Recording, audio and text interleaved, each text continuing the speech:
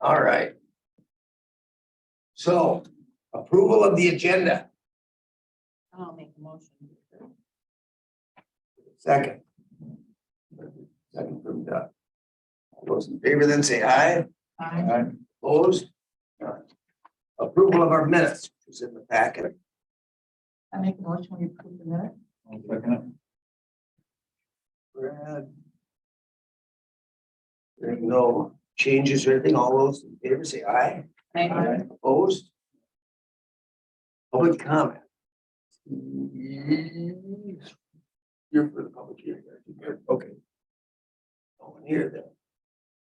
So we're good there. No other supervisors are here. Number 5. Rod's up for.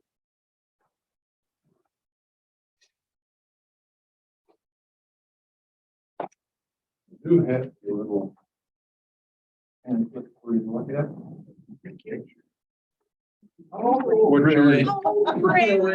What you're seeing on the front page is that's the Red Open Playground. Oh, sorry, that's Dee Dee Kennedy.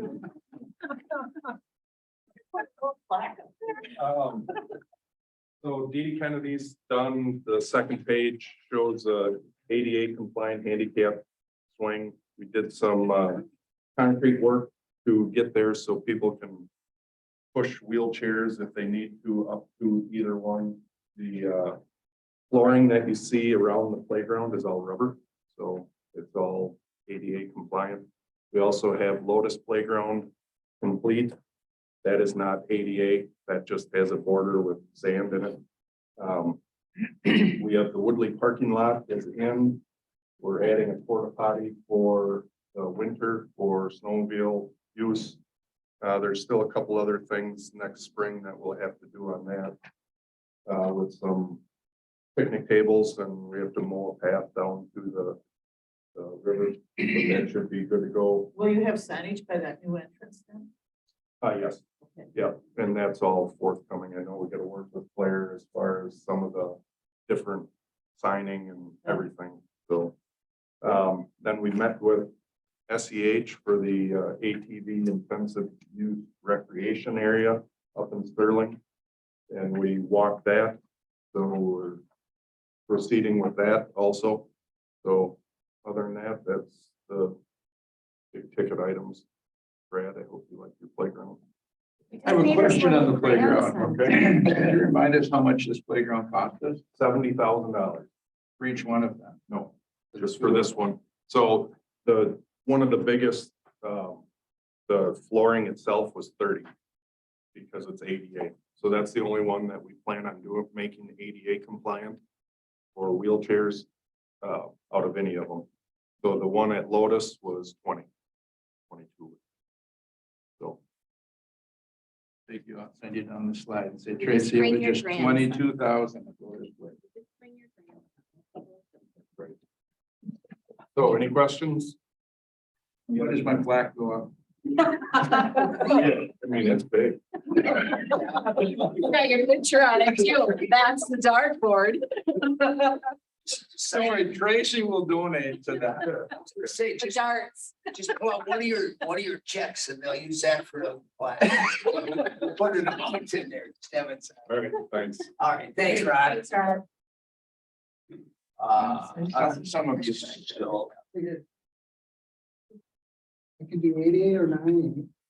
Well, let's start 80 a little bit. That we kind of went through most of that already. We have.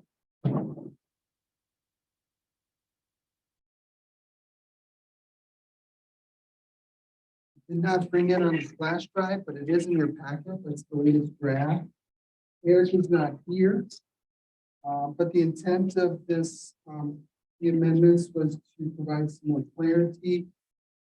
In particular, clearly delineate that any disturbance 1 acre or more is under DNR jurisdiction, and then half acre to an acre is under land and waters jurisdiction.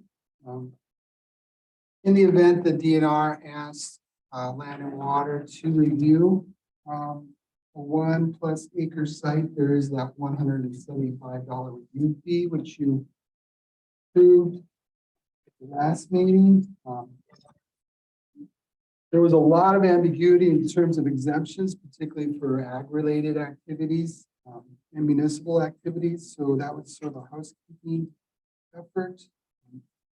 So in the definitions, we made note of that and made that a little bit more clear. Supervisor Connolly, you want to go through each page or? Well, this appendix A was added. Was the big Yeah, thing. that fell through during codification. For some reason, when we codified with Unicode, they missed that, so that's added. That was, I think, one of the bigger parts, wasn't it? Yes, sir. That in the definition. Particularly, the past ordinance didn't have really clear, defined exemption, particularly with agriculture. So, for example, on page 2 of 39, do you have a colored version or is it in black and white? Yeah. Okay. So we added those definitions for exemptions. Is this the one that we went through? Yes, sir. Yeah. Well, Okay, yeah, this is the one we went through already. Yep. And then we took your input from the last meeting, incorporated. So this is the final one that we're hoping to get your endorsement, yeah, for county board this month. Oh, sure. So again, back to page 2, those are the new, more clear definitions for ag facilities and practices. We also added land and water as review authority. On page 4, a new definition was added. Had some discussion about that. Sometimes municipalities have, shoulder work or whatnot. So we added municipalities and lake districts to the definitions. On page 7, another definition was added to include the environmental service director or his designee. Again, that's a definition. And then the meat of it is begins on page 8, which is examples of ag practices like spraying, planting, etc. The past ordinance did not define all those ag practices that are exempt. And then D, the ditch work and shouldering of roads, culvert replacements, etc. for exemption. Page 9, we provide some more clarity on ag-related construction under 1 acre as exempted by land and water. Construction of barns, storage sheds, manure storage, etc. And then erosion control still applies. The erosion control plan is required under these activities, ag facilities, golf courses, commercial, manufacturing, retail, industrial development. Then we added under C there driveways because driveways was not clear in the path. We have come around. I've noticed that a need to define long driveways. I'll give you an example. So that's in there. We struck QD. That was not necessary, kind of caused some confusion in the past. On to page 11, we just talk about the fee schedule that we approve it annually. On page 13, we deleted, we are not sure why 7,000 square feet were in there, so we deleted that. We just kept it at 1 acre, 21,000 square feet. Or half of it. Half an acre. Half an acre, excuse me, half an acre. I'm not sure why 7,000 was in it. And then under 6 also was properly designed stormwater features that are not the responsibility of land and water. So really, this puts the onus on the contractor or developer to be built correctly. It wasn't stated in the prior ordinance. So it needs to be built according to design, and an as-built needs to be provided to land and water. Thereafter, we're skipping all the way to page 19. This is the emphasis that the DNR permit sites 1 acre or more. And we, the land and water, would need a copy on file. Again, if land and water is asked to be the reviewer, if it does happen, that $175 fee applies. And then I think that's it. So we go all the way to the appendix, guys. Yeah. Yeah. Oh, no. Malia worked with this on page 37. Remember we had a little discussion about citation authority? We sat down with Malia and she felt we could strike all that and just cite the current county code, which provides consistency. So it refers to the citation authority ordinance of the county. And kind of, then we're on to appendix X, which is the specs or Just to BMP. go back, ask Malia now, is our citation code up to date? It is, it's in the municipal code. No, but it's up to date, it's not old, you know. No, Oh, it was updated through the codifications last. So it wasn't year. the 2 years ago, okay, Yes, sir. okay, so it is, so it's not an old correct. one, okay. There are some issues with folks that are remote, having a hard time hearing. I don't know if it's normally like that, but if you want to project like you're on stage, You can stand under a microphone. yeah, How about maybe that? that'll help. Thank you. All right, so that's up to, that would just be a thing that we're, so we know. Yeah, it's Okay, referred one or to. The other one The is. citations there in Article 7, Division 2, Section 2-315, that's the citation. But I mean, if it was old, it wasn't updated, you know? That's what I worry about, that was too old, Oh, no. but it's updated, so it's I keeping up assume with so. us. I Okay. assume Are you so. talking about the actual forfeiture amounts? Well, the amounts and everything, that it's up to date. Yeah, so there's two different things, the forfeiture Sure. schedule, but then the Procedure is up to date. uniform, yeah, the uniform citation ordinance, which has been codified, is up to date. And it gives authority not only to land and water, but it's what zoning uses. It's what, So it's all the department. Yes. Okay, Correct. so it's all the departments can use. it. Okay. That's why we struck all that to correct that To get it consistency. uniform, okay. Right. All right, that answers my question. It's just up to date. Then lastly is again, the specs and BMPs for rain garden design, those design specifications. Again, we didn't make it in the meeting code, but somehow lost during competition, but this will codify it. So with that, any questions? I do have signed resolution for your consideration. We did note the one Scrivener error there. I'll work with the clerks on that. Yeah. On that, appendix, it refers to table 1, and then it says table down below, but should it say table 1, so you know that's what it's referring to. It's a Catch. minor thing. Thank you. Yeah.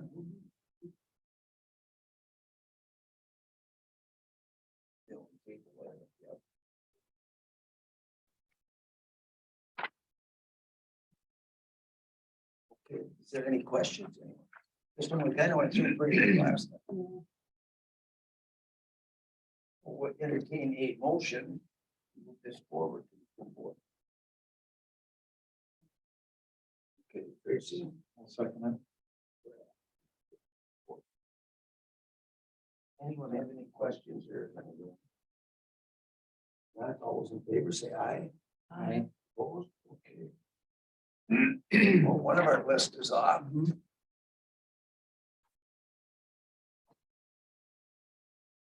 Correct. Thank you. Everybody sign it then. So it makes it look better. It used to. Yeah.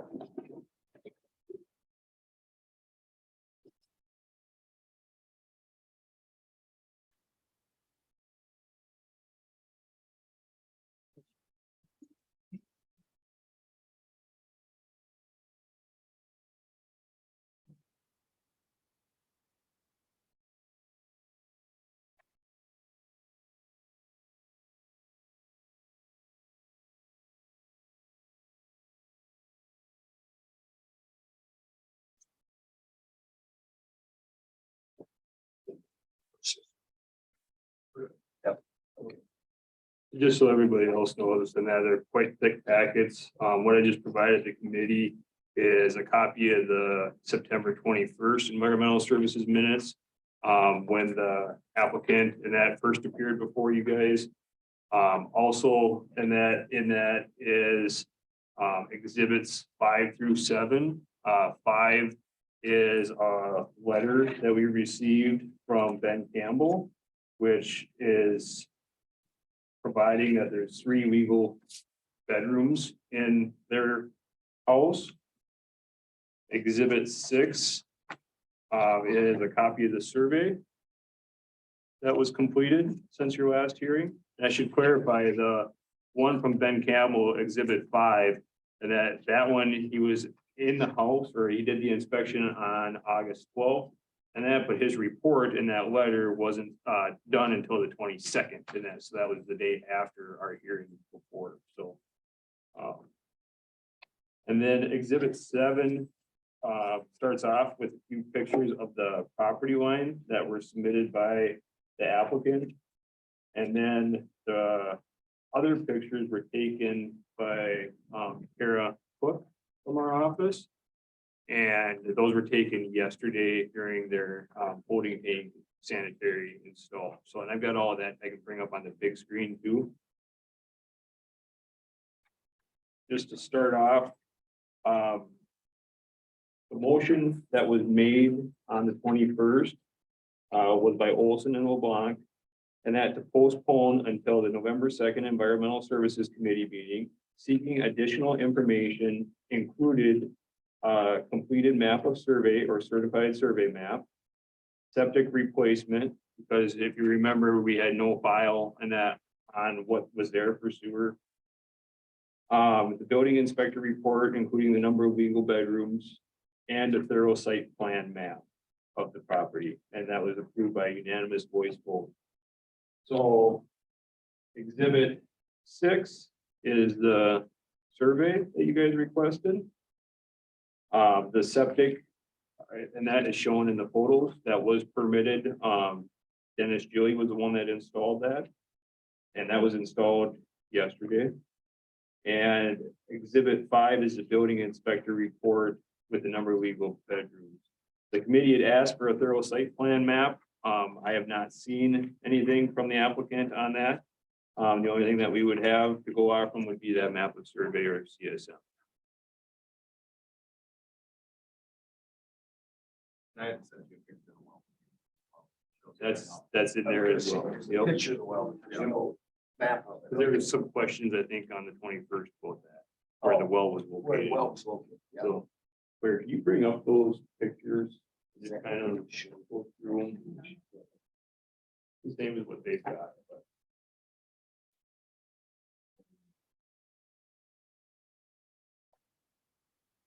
So there's the tank that was installed. The lot lines were marked in that with the wood lat from the surveyor. Oops. See a bigger. This is looking in that along the east property line here, so that's a lot marker there. This is the house, this is the lot line right there. You just to take and remember back to the 21st and that it is non-conforming and that it's less than 10 feet.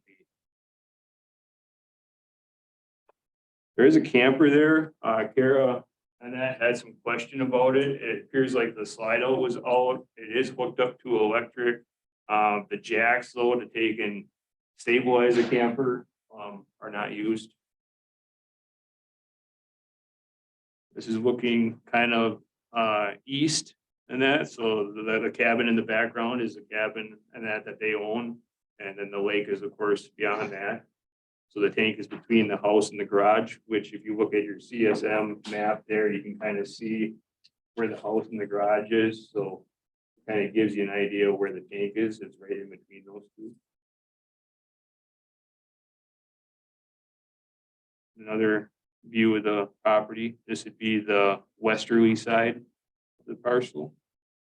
Everything in this area, of course, was hit by that storm in 2019. So that's where a lot of the woods was all cleared out. This would be the east property line. You can see the driveway comes in very close to the east boundary. So that lat there is the lot marker.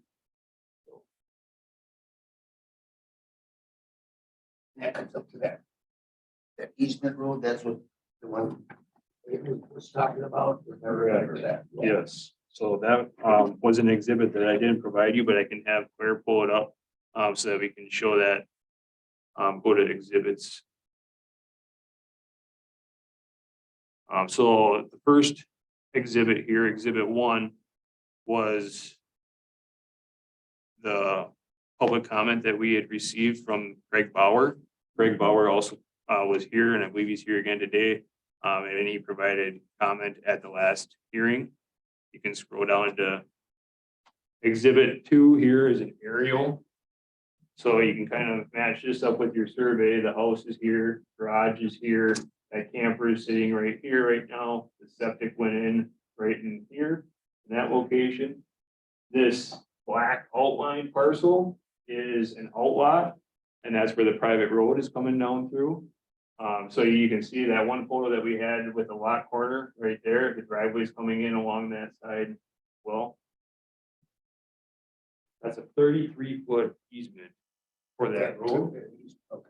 So the easement is 33 feet, comes all the way down and basically follows this lakeside lot line, I guess is what you call it. And then it goes down to a 24-foot easement going this way. Yeah, because it dead ends, doesn't it? It does, it goes to It the does dead end. Yep. We'll go to the next one, and that easement is so kind of a very vague easement, parcel 2 here, together with a perpetual easement for purposes of ingress to and egress from the above described property over and across the existing road which serves the said property. So said easement shall extend to the town road northeasterly to the above described property. That's their deed. I go down to exhibit 3. Exhibit 3 here shows that 33-foot easement going out and basically following that lakeside property line. Exhibit 4, and that we provided this to the committee at the 21st meeting, just about short-term rentals. And then exhibit 5 through 7 is what's been submitted since that original hearing. And that's what I provided you a copy of today.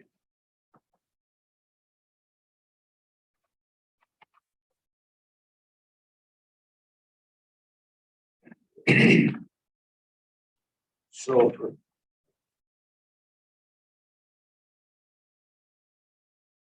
Questions? I'm gonna ask the question we used to have, if it was non-conforming. it didn't meet that setback. So I mean, is that? prior to 2015, Okay. and that the ordinance required in order to operate a short-term rental that your dwelling had to meet the setbacks. And that's what had to be a conforming structure.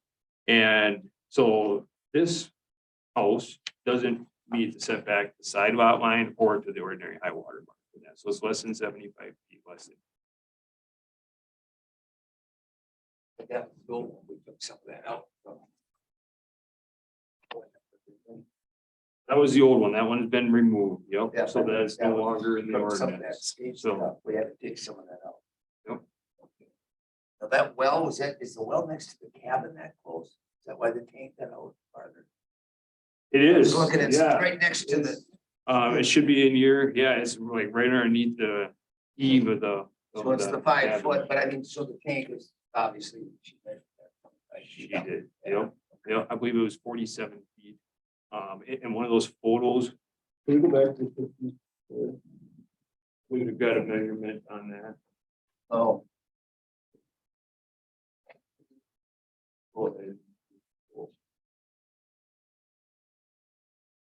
So right there. Oh, so the house is in that, sorry, and that the well to the house is 4 feet out. yeah, so, 4 feet out there, yeah. But it definitely meets the 25-foot setback. It meets that 25. so that's not-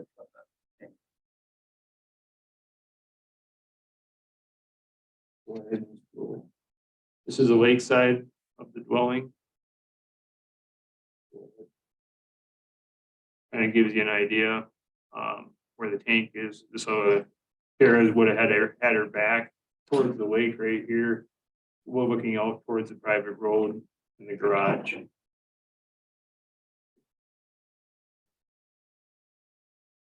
That's it. Okay. Can you pull up the staff report? We'll just go over the findings of fact. Why did you not get a picture of the alligator? The alligator. I agree. Great, Isn't it? great landmark. Yeah. How did you not get a picture of the alligator? I don't know. We'll have to add that later. Thought I was gonna make it. It got knocked over earlier this year. Put it back up. Oh, okay. Good. Up a little bit. Just so we can get all the findings of fact. There we go. So just to take and go back over what we had for findings of fact at the 21st meeting. Is that right now there's a permitted use in our ordinance. That's just an administrative review. Underneath that administrative review, and that you can only rent a short-term rental for 7 days a month from May to September and a total of 174 days a year. The reason why the applicant is before you is because they're seeking a conditional use to be able to operate more days per year and to be able to operate more days per month during that May to September time period. Horseshoe Lake is a class 1 lake. Their lot size is 0.85 acres, roughly 100 feet wide at the lake. There's no wetlands or floodplain on the property, and that property is accessed by perpetual easement, private road. There's their past permits. Dwelling appears to be non-conforming. The applicant bought the property on July 21st, 2021. The green here is what's changed since you guys were over it before. Property now has been surveyed. Ben Campbell did confirm that there is 3 bedrooms in the dwelling. We do know that there is a drilled well on site. They got a new 3,000 gallon holding tank, which that holding tank would technically be good enough for 6 bedrooms. And the committee requested the full site plan during that number of years. So that's, and that we did publish the hearing in that prior to the September meeting. And then with Robert's Rules of Order, you know, and that being that you guys postponed to a date certain, which was today, and that there was no need to take publish it.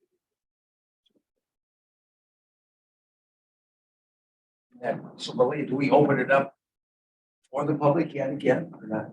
Well, you closed the public hearing and you were And then just deliberating, correct? So we're just doing deliberations. Okay.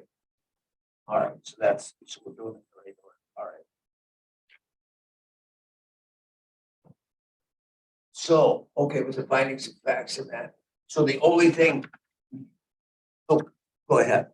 So I'm not, might be a Jason question, might be a Malia question, but we asked for a site plan a month ago or at the last hearing and haven't received it. What would you like to see in the site plan further along? Because the only thing I believe that's not marked on there is the well, documented pictures, and you guys mentioned yesterday. Otherwise. I believe in that. My recollection of the September meeting, and that was that the committee was looking for the site plan and that to know specifics about where the parking would be and that to be hard surface parking. And that to know that they weren't going to be parking on the private road. I believe that was. Yeah, here's there's sufficient parking for in the scheme of things of 3 bedrooms, probably 3 vehicles. And where they would be, you know, parked on an impervious surface on the lot.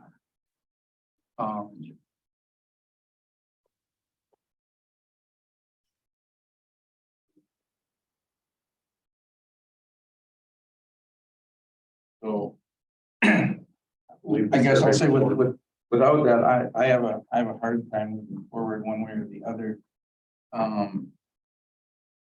Without the well and that, I suppose the sewer should be added on there too, so they're not parking. Getting that. That it on the drawing of the septic. Would some of that be shown on the septic drawing too or not? I don't believe there was anything in that regards to parking on the septic. So does show that there's access in that for a pumper to pump within Oh, 25 yeah. feet of it, but there's nothing that's specific to this application. It's in the parking. Okay. Just a second, yeah. Just if we have any other questions. that we can-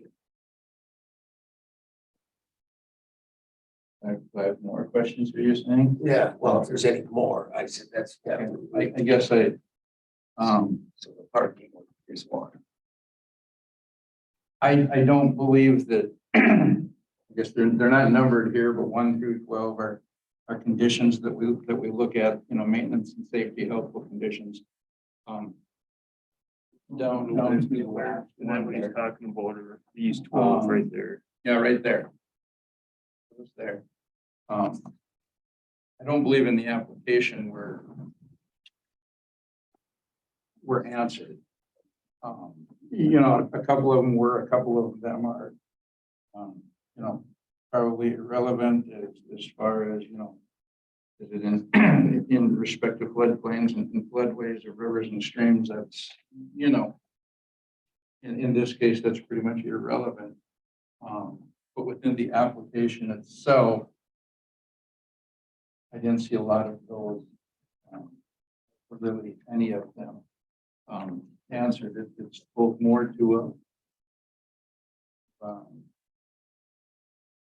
what they were going to do, their schedules, what they do, how they run it, but it didn't necessarily answer any of the questions, like, I guess to me, what are you going to do? It's, it's on a private road.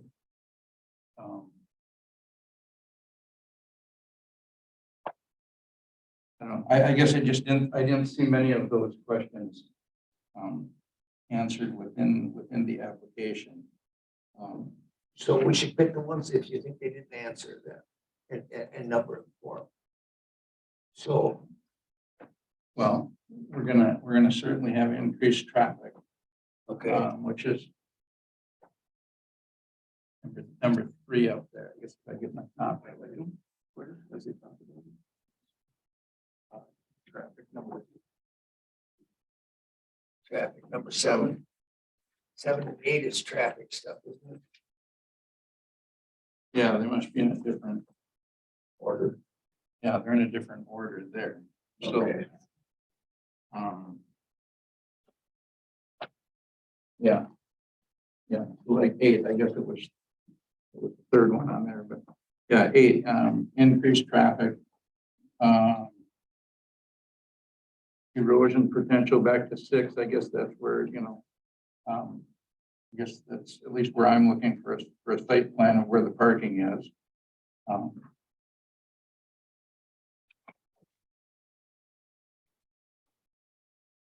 Number 9 is pretty broad, but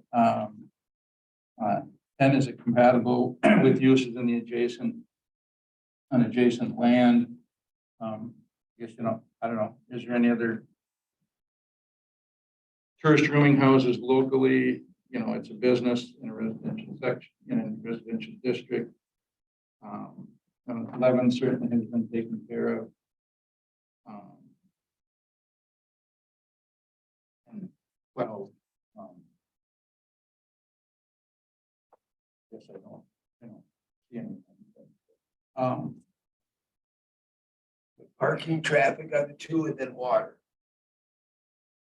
Yeah, The runoff, and then, it would increase it towards the lake or something, I guess. yeah, Okay. I mean, it does come back to it, it's a,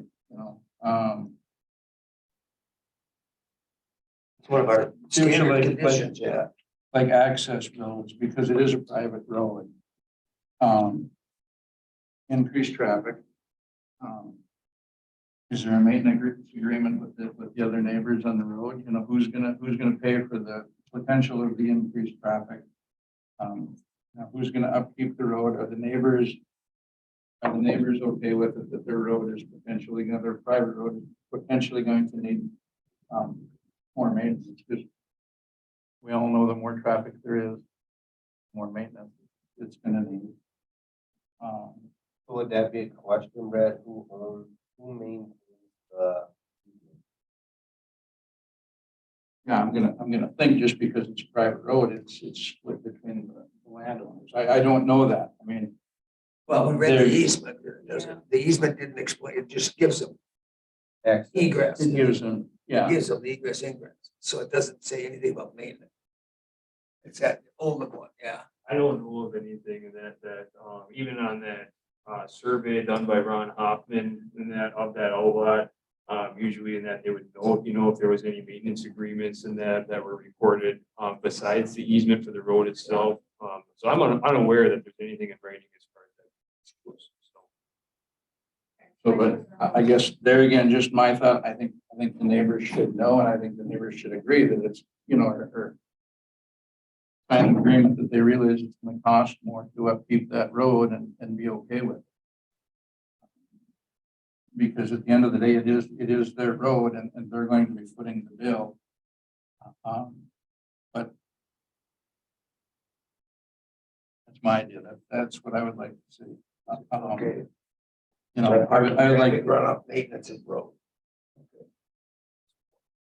So is that camper that is currently on the property something that is also in the rental agreement or something that is? Privately owned.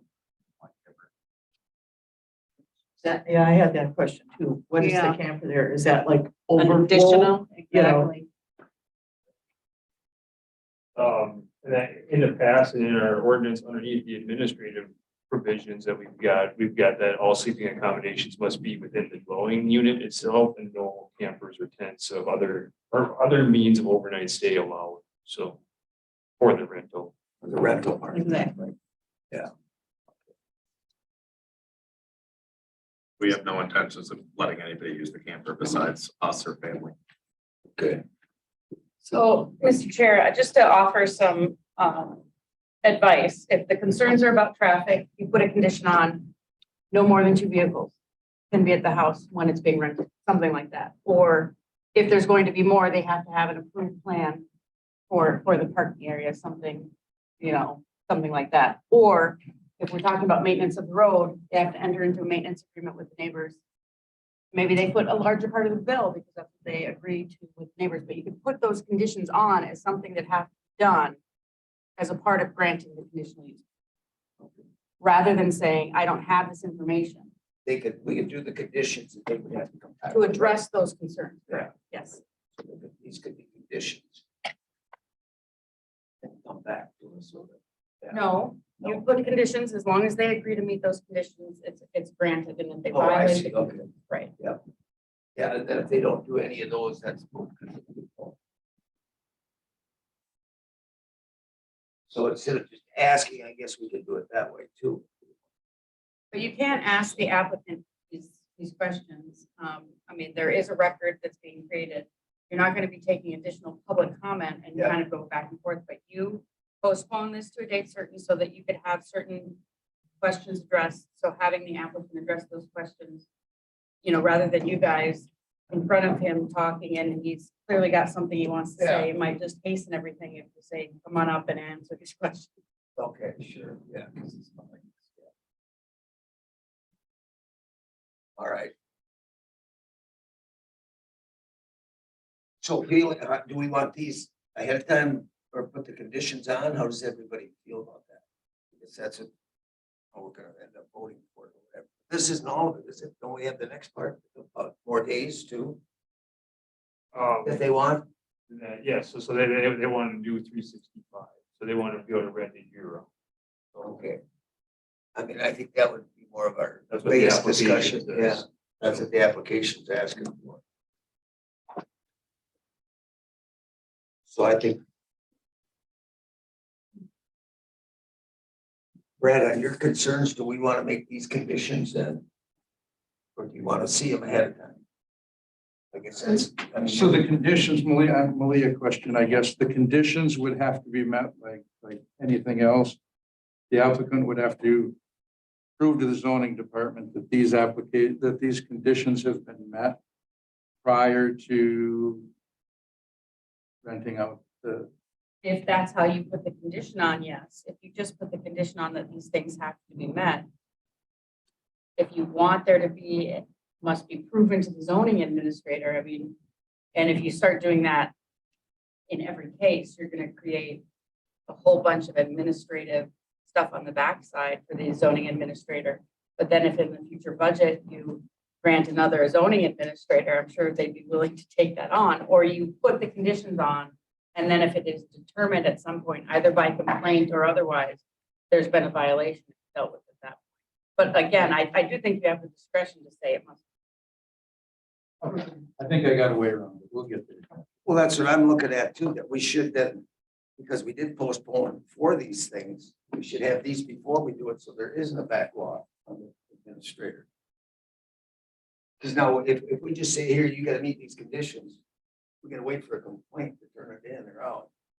That If isn't- you read that the isn't right. statute, if you read the statute, it doesn't say approve, it says agree. If the Agree, applicant yeah. agrees to meet those conditions.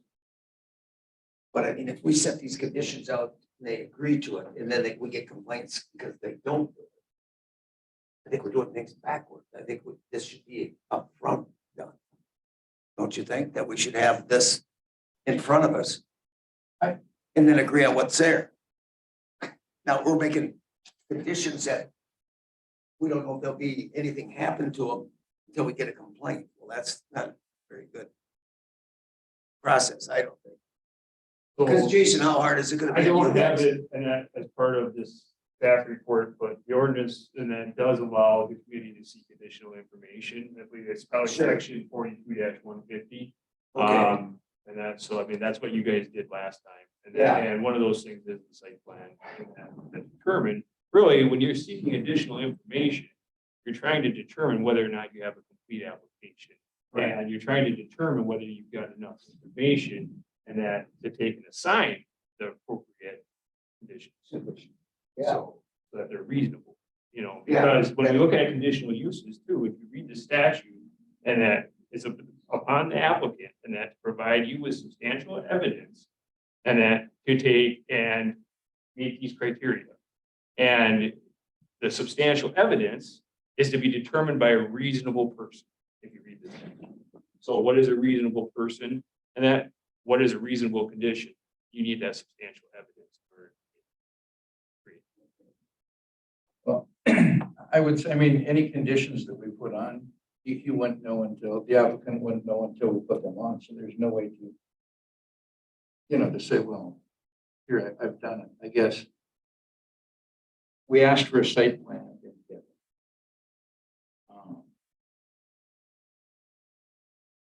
To me, that's the biggest thing. I mean, that was asked for a month ago. This day was put out there. The applicant had a chance to say, you know, hey, it didn't get zoned, the sewer didn't get in, the site plan didn't get in, done, whatever. We need to, you know, postpone for 2 weeks or a month. I get the conditions. You can't know what the conditions are, so you can't meet them up front. Site plan was known up front. Well, the first 12 are, I mean, then any other one. And yeah, But and everything in the first 12, they're known. I mean, they're to be answered, they're to be answered within the application itself. The relevant ones, at least, like I say, some of them aren't relevant to every CUP process.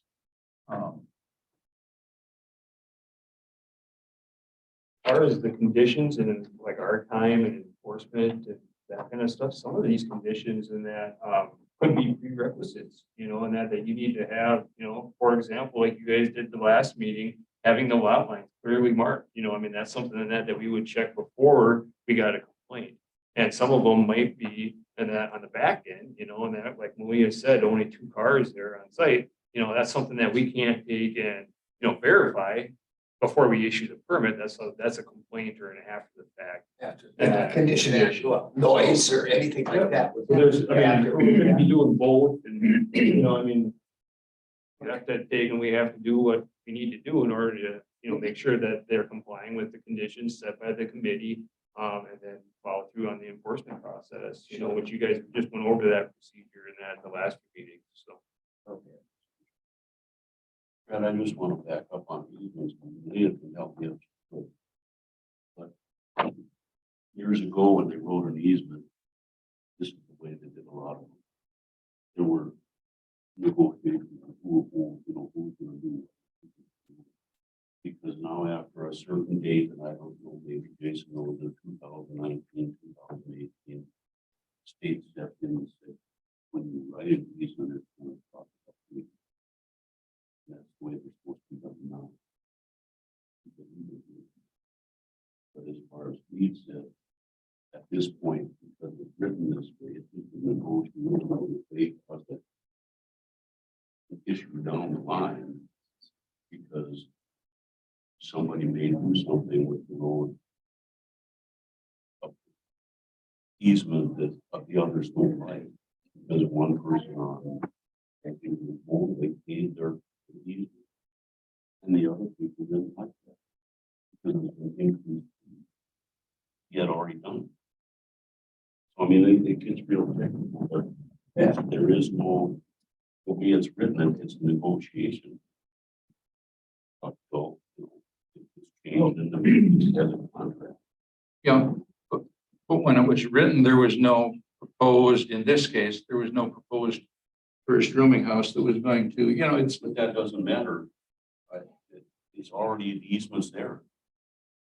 It never intended for that necessarily, or a bait shop or anything else, but the easement's there and it can't be changed now. right. Yeah, I'm not saying to change the easement. I'm saying You have, simply get the okay from your neighbors that who's going to pay for it? I mean, do you want to get the bill 2 years down the road because, for 30 loads of gravel because the road needs to be gravelled? It has to be gravelled at some point. I get it. But, and maybe the neighbors don't care. I don't know. you had a chance. Yeah, and that was one of the concerns was that it is on a private. His worst was that people would keep going by. Yeah. That was part of it. So I don't know if he even thought of the maintenance part. Because there's like 10 cabins and it's, are you 1/10 now or something? The newer easements are that way. Because if I'm at the end, I should pay more because I graduated. Hey, can you go back to the exhibits? I think it's a Only have to PDF. drive on 10 people. Oh, gosh, yeah. Scroll down. Right here. Oh, right there.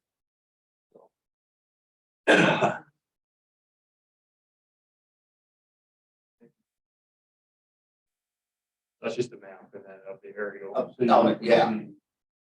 And it's a private road going all the way out to the town road too. It's not like it's just here, so I mean. Brad's point of maintenance, if we were only going to there, that'd be one thing, but I mean, being private all the way out to the town road here, that there is more than just a one little segment right in front of their property that is private road. Well, you go years back and that there was quite a fight over that piece of property where Hanson had it, if you remember Mr. Hanson. Put the pods in. That was quite a battle, like he said, he owned that. Easement. He tried to block that road completely off. So. Who actually owns the easement? Does it go with that egg field right there?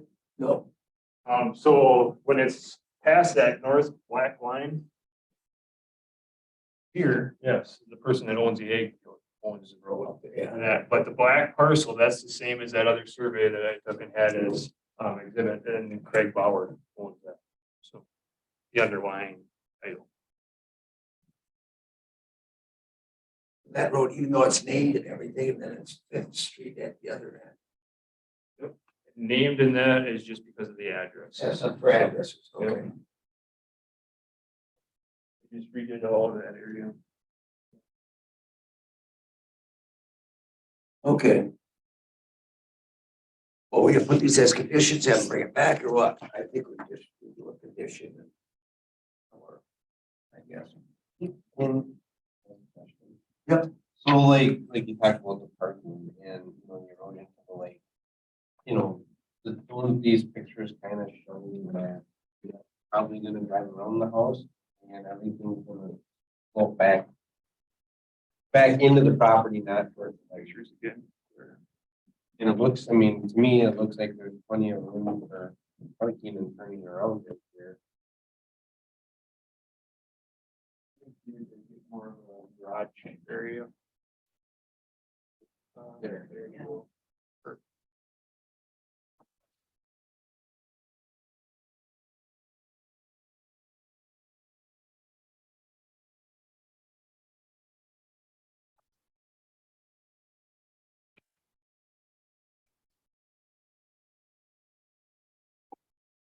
The parking would be where the camper was, if that's gone.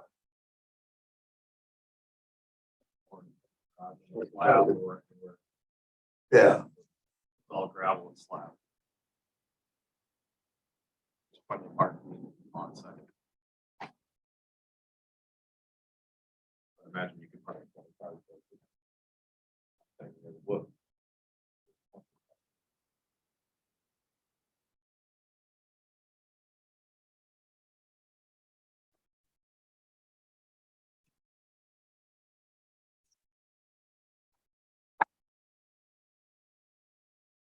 all right. You wanna put it as a condition or that, they have it at least drawn and mapped on here so we know? I guess that would be part of it, maybe, so it is on a map that the well is marked. And that the parking is marked. And the sewer, I mean, so those three things are at least, I think yeah, we still want a site plan, even if it's part of the conditions. I mean, it was, yeah, it was asked for at the last meeting, and I guess, so there again, staff should have definitely have it. yeah. What are y'all looking for in this? I just stated that, the Yeah. parking, the well, the Parking, sewer. the well, the sewer. I mean, that was the things we asked for, because we didn't know we're on there, or where, on the lot at all. Is there any question about where those are right now after seeing the pictures that I took and sent to zoning as well as pictures that zoning sent to that person out there? Not a lot, but it should be on a scale drawing, is what we're looking at, so we can actually, so it's on somewhere. On a drawing, because the septic drawing would be on there too. So that we know that it meets the setback, so we can see pictures, but we don't know how far that tank is the well It was measured. 25. You guys measured it yesterday. 4 feet, yeah, but it is not a drawing. To prove it, I mean, that was yesterday, what about tomorrow? I go out there and look, I can't So find you it. put a condition on that says the, That- must that's- meet the setback. Well, no, that we have the plot plan, we have a plan. With the draw, with the numbers on it, I mean. Yeah. so they're- Yes. And not that I did measure. Zoning did. Zoning measure, they don't, Zoning's not. but they're not applying for this. And that our staff was out there and then to do a sewer inspection. Yeah. Our staff was not out there to create a site plan for this conditional use permit application, our staff. And that they cannot determine where you want to park people, and that our Yeah. staff, and that's not our job. Our job was out there to verify setbacks, verify that what you said you were gonna put in the ground and that for sewer was put in, and that it made the actual plumbing code. That's what our Yeah. staff was. But I mean, that's what the plumber would have. It's the pretty drawing. easy to You would submit have the drawing. a site plan. I don't So think it wouldn't that's. be, yeah, it wouldn't be too hard. Because they can measure the size of the parking, then we know it's adequate. Because what do we have, 2 spots per? Benefit of that would probably be that they could provide that information to the renters so that they know where the well is, so that they know where the septic is, so that if the manhole cover is not Parking. locked or something like that, that their kids aren't gonna take, go start playing around, The condition would be, minimum would be a site. And Brad stated earlier that hadn't been done yet.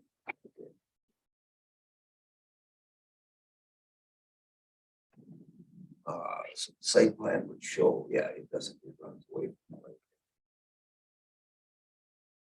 Anything else we're looking at, we're looking at these first ones.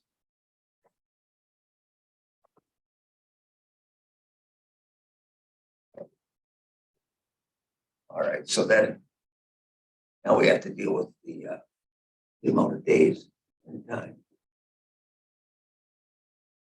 For a condition or not a condition. You want to see if they can pull up, we had went over some proposed conditions that I had as far as staff, and at the last meeting, do you want me to have? Yeah, let's bring those back up.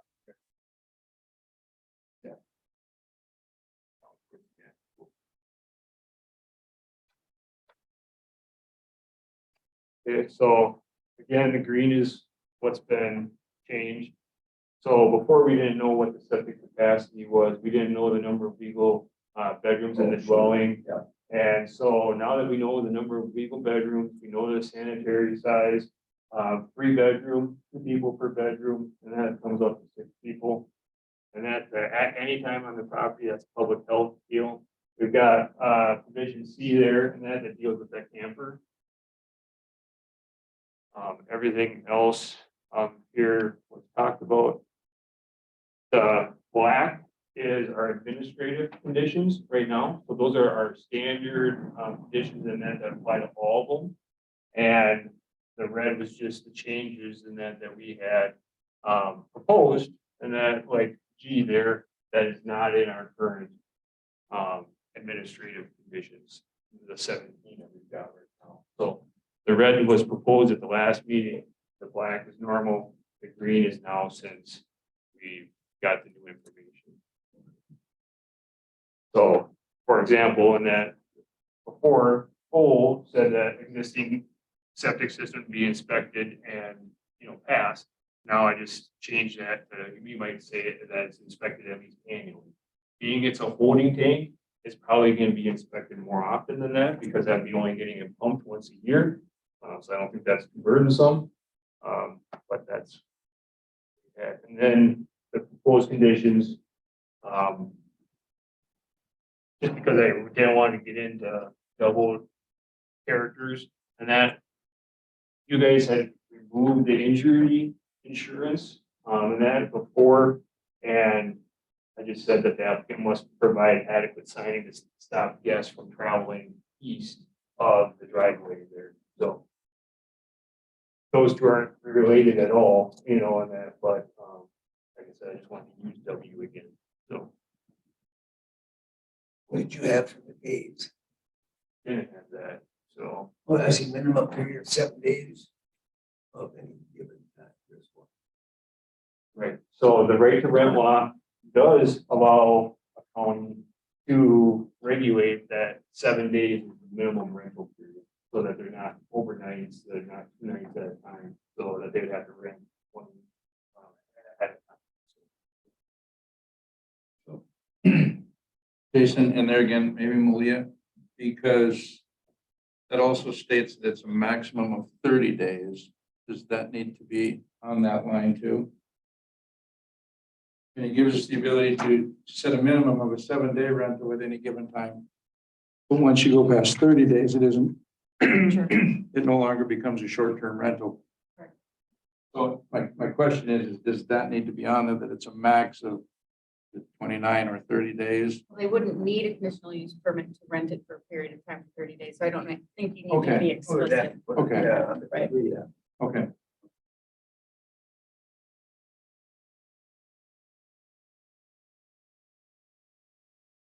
X and Y there in that's what I kind of brought up about the site plan. What I recalled was X and Y were to be provided to the renters so that they could be complying. So that was the significance of having a floor plan and knowing where the fire extinguisher, the safety equipment is, and that, but also so that they would comply with where they are supposed to be parking on the property, what they're supposed to be doing, just so that it's very clear. And hopefully that, limits any violations going forward about what they're supposed to be doing. So.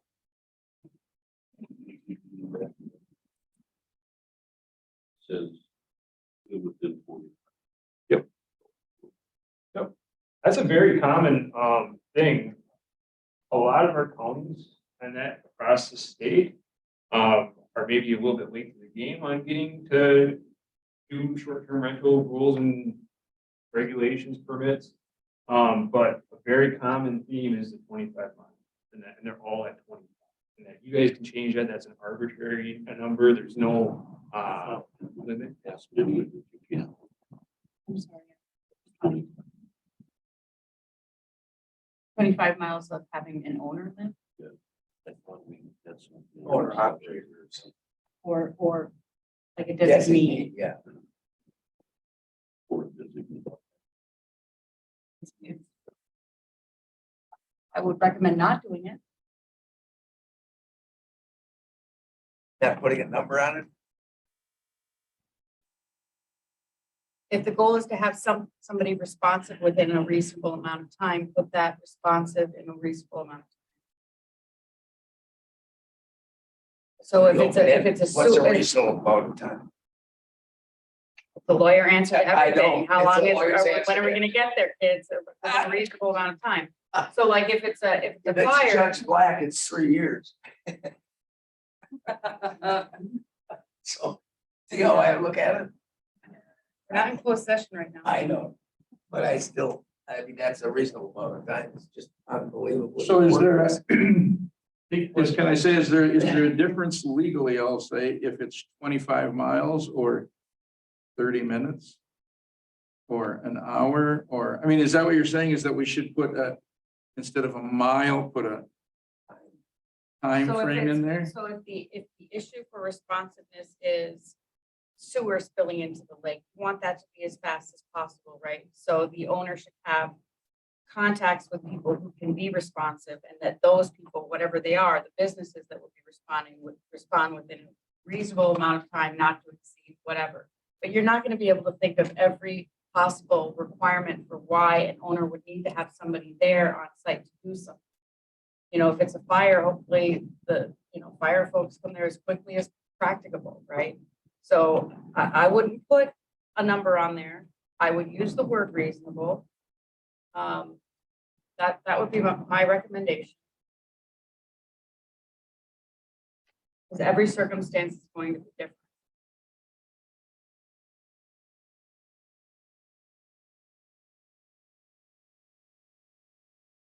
Reasonable time, hours, days, weeks, months. I kind of like the time period because even though you live 25 miles away, it doesn't mean that you're gonna get there in a certain time period, and this is for complaints. So if there's loud noise and part of that's what we're gonna see most of the time anyway. I mean, if there's a fire, 911 is gonna be called, and that's gonna be as fast as they can get there. So this is more on the, petty stuff, and that we're gonna get Yeah. complaints on. And the idea, and that, like I said, the idea of the 25 miles, that's what almost every county do.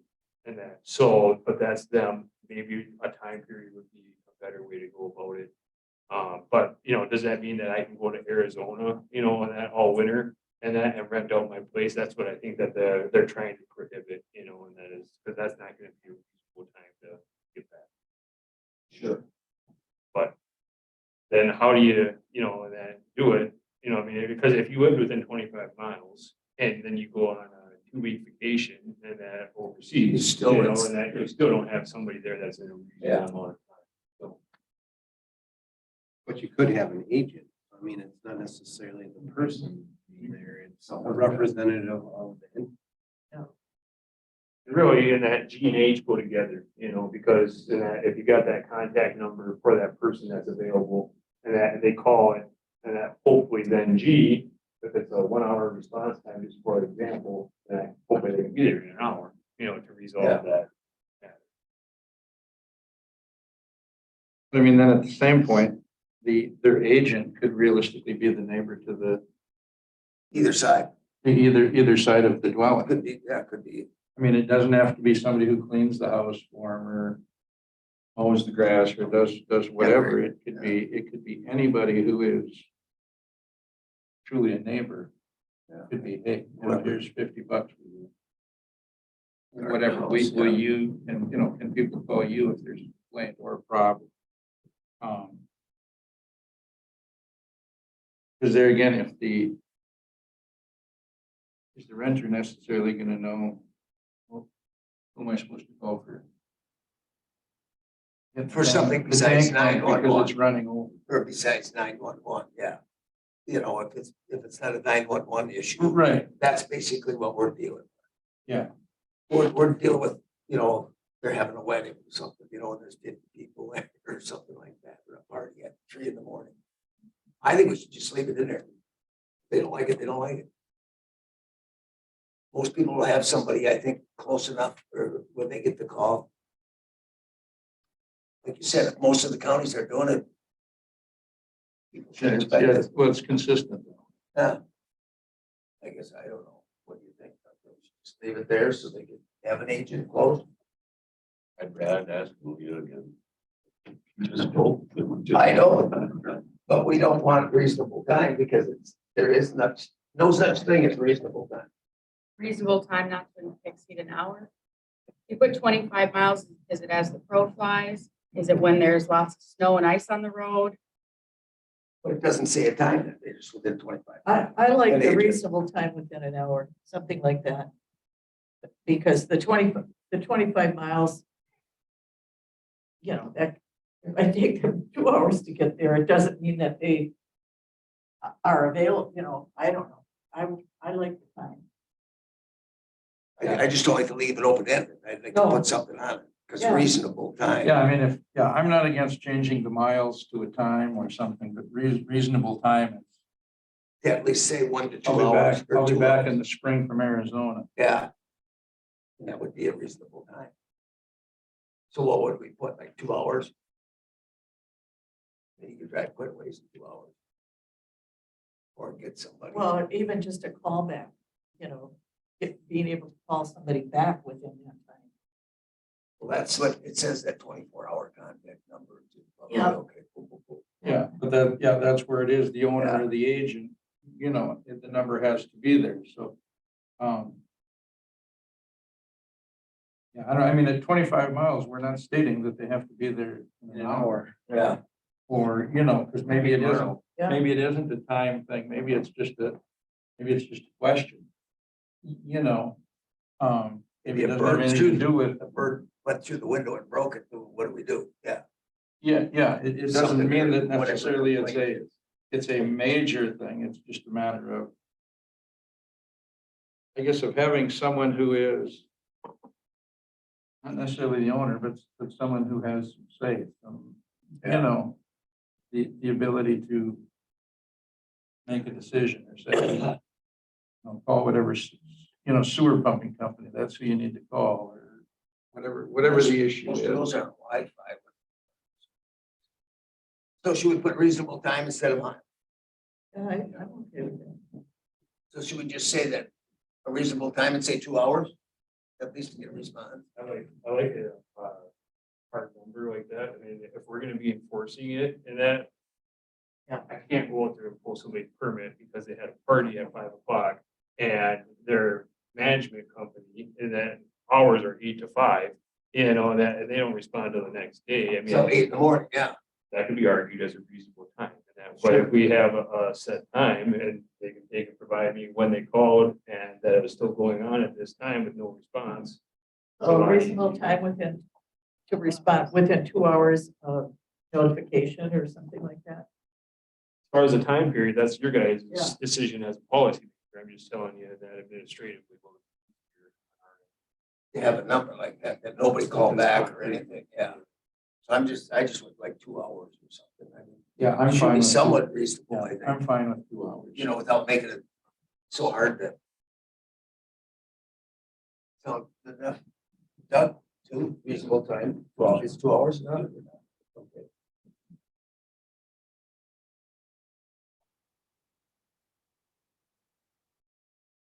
Okay, so that would be on G, wouldn't it?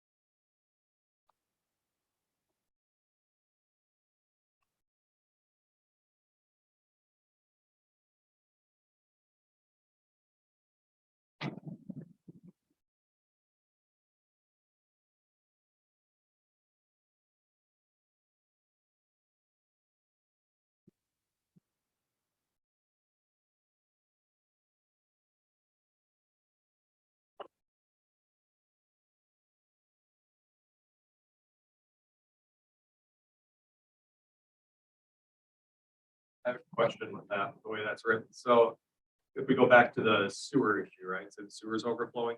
Obviously, you know, for me to get a call and say, you receive a call that the sewer is overflowing, whether or not if it's 2 in the morning, it's happening, I can't rally up a septic company to come out and help me with within 2 hours. It's just a response, correct? Yeah. But that you responded to the Correct. complaint. Yep. That's what we're Exactly. saying. These Yeah. people are So I just saying, want to make sure that the way that's written, that's, oh, yeah, something like that, or Do fire, we need you to take can't. and just revert G to? Yeah, you a don't have- response is required. yeah, all of within it is 2 I hours. make a call and I can. Yeah. Obviously. I mean, because that's kind of non-relevant now, right? Altered respond. That's our big, Polk would reside. Property owner or agent must respond, be able to respond to the complaint within the time not to exceed 2 hours.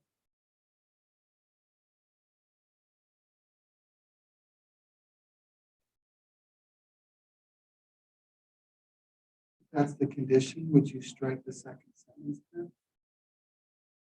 Or is that an option for the applicant to have a property manager? I still think it's whoever the contact person is, whether it's the owner or the, that's the Yeah, I next think it whole becomes- line. I think it we can becomes take either that. or. yeah, either or. No, I think you can take that one off, because then the property owner vote agent is down below for that. Yeah, maybe take that one off. Yeah. Because not all of them are gonna have an agent, they'll be their own.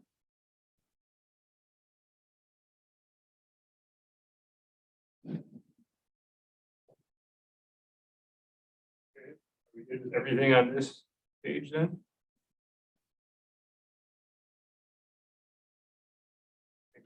Change the red.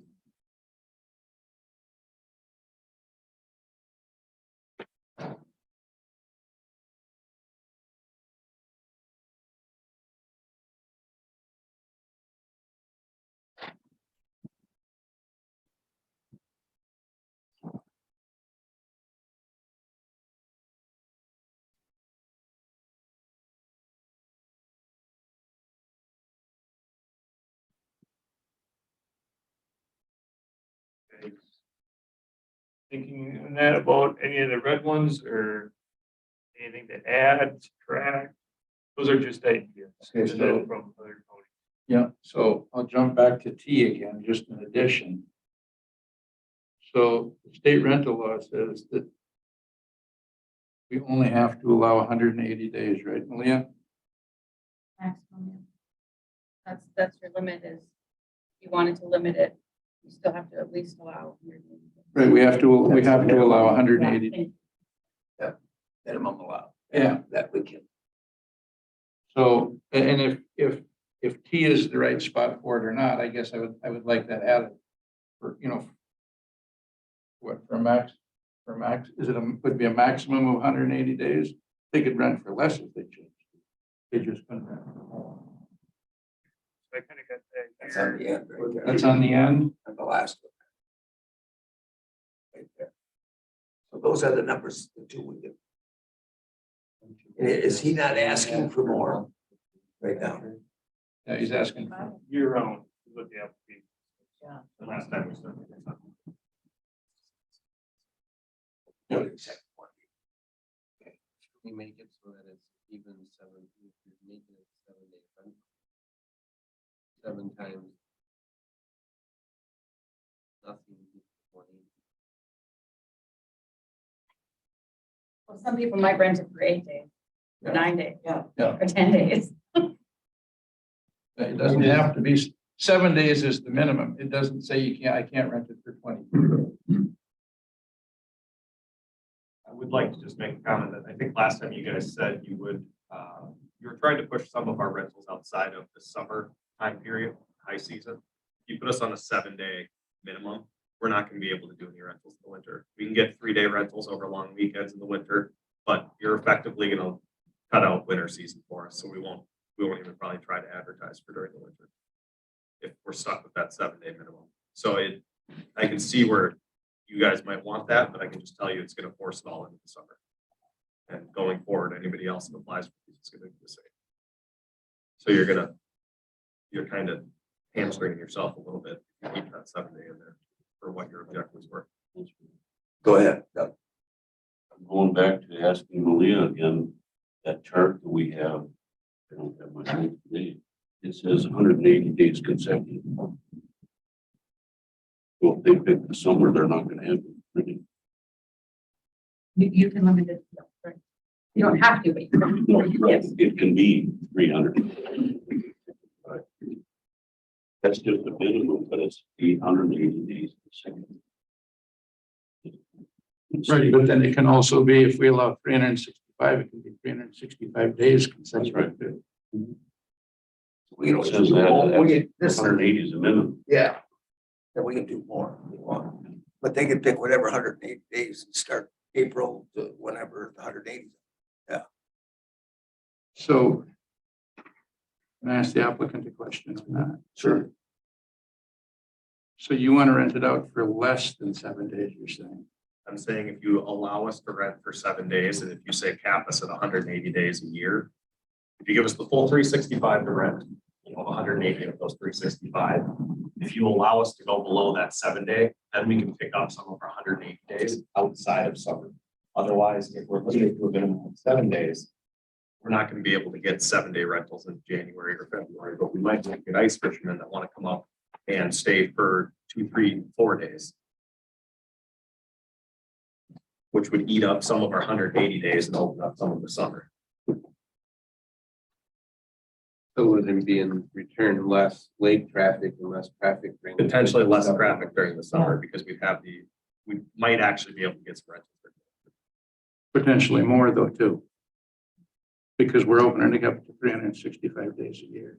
Not if you word it the right way. Right, you don't have to make that 180 days consecutive. You can still say you're limited to 180 days. And it can fall wherever. But I think what the applicant is saying, if you allowed the rentals to go less than 7 days, You can spread them they out would more. spread them out and it wouldn't be as intense traffic during the summer and it would allow for. Let's kind of naturally follow. I'm not buying that argument one bit. I'm buying that it's going to still all get scrunched into the summertime. But you can't But restrict. we it from the can't. summertime. 66-10-14 doesn't allow us to choose. It only says that we can 7 days or more in 180 days, Yeah. right? No, that's, It Right. doesn't give us, this committee, the ability to say, well, you can rent all year, but you can only rent 180 days. Yes, it Because does. if they rent less than 6 days, Right. So the statute protects the property owner's ability to rent a single family dwelling. The limits you are allowed to put on it are you can limit it to 7 days or more and a consecutive 180 days, but it doesn't require that. Is that what you're asking? In other words, you could allow for a time frame of less than 7 days.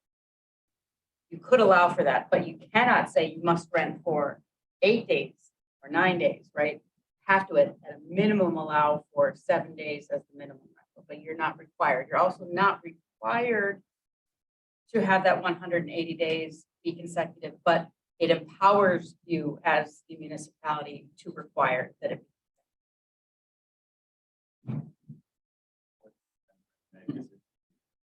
Force that 7 day. You're So- going against some of your objectives. so how do we know? How do we know when the 180 days are up? How do we know if I rent it out for 3 days the April, first yeah. week and then that's, and 4 days here and 6 days there? How does county staff know when that 180 days are up? There's no way to know. We're just, it's open-ended. We can say you can rent it out for 180 days. But how do we know it's 180 days? I mean, because who's watching it? Who gets the paperwork at the county? Say 180 days are up. It's the 1st of November. And this applicant has rented this house out for 180 days. They can't rent it out anymore. I'm consuming on our end, and that we try to get a rental calendar in that as part of their yearly renewal. So I understand that if we do 180 days consecutive, they're gonna take the summer months for that. If we do the 180 days, it's pretty much complaint driven, because there's cancellations and stuff. I mean, we would have to have, a whole army of staff in order to take and regulate our 130. But it's gonna be, it's a business. And you're gonna rent that business out as much as you can, and that means that in the summertime, you're gonna rent it out every day that you possibly can. And then the winter becomes gravy, I'll say.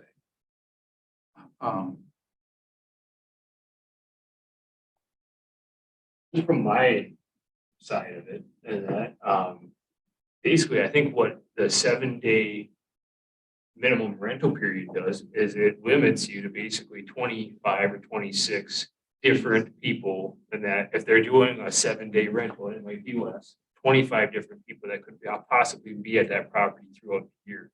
And that, whereas if you don't have that minimum 7-day rental, and that you could have all one-nighters if you wanted, and you could have 180 different people, and that is coming to that place. I think that puts it in simpler terms. Yeah, it realistically, I think it slows, 7 days slows the traffic on the lake. 7 days slows it down. And then going from consecutive, it's like then as the owner of the business, well, do I want to rent it out in February for 6 days because now my 180 days starts?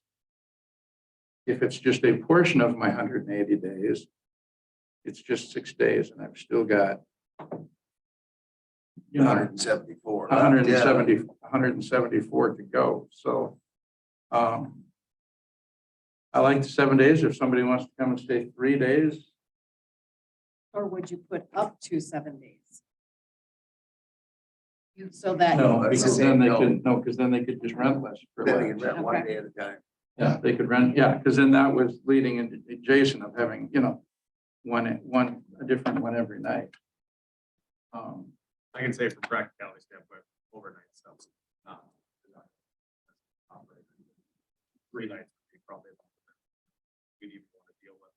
We have turnover costs, cleaning, and it's a lot more intensive for us to do. It's not financially worthwhile. You know, for so a us. motel. Yeah, it's not worth it for anybody to do one-night stays and something like this. The guest or, me as the operator. Let's leave the 7 and 180, see what happens. I mean, we gotta start somewhere on some of these. I guess. 180 consecutive or 180? 180 consecutive. I think. Yeah, I think so. As I'm saying, that's pushing all summer. Yeah. Well, that's my thought, at least. I mean, we don't have to, but I'm just saying that's. I think it's the only way it can be regulated to Jason, that any help them, degree of yeah, accuracy. without giving it more, going to 300 or 200 or whatever. Yeah. Unless we want to go more days, I guess the 180 is just. With the It's state system. 180 throughout the year with a 3-day minimum. That's perfectly happy. You get some winter activity, you pull some people off the lake. I think some of your objectives are in the summer. You allow some ice fishermen to come up and spend some money in the town during the winter. If you keep this on 7 days, you're not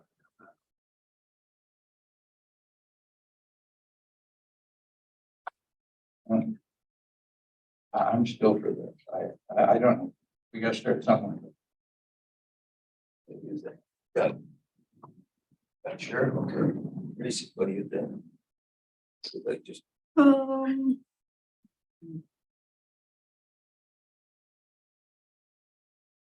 Sharon, you're too slow. Yes, Sharon. Contemplating well, there's no, if,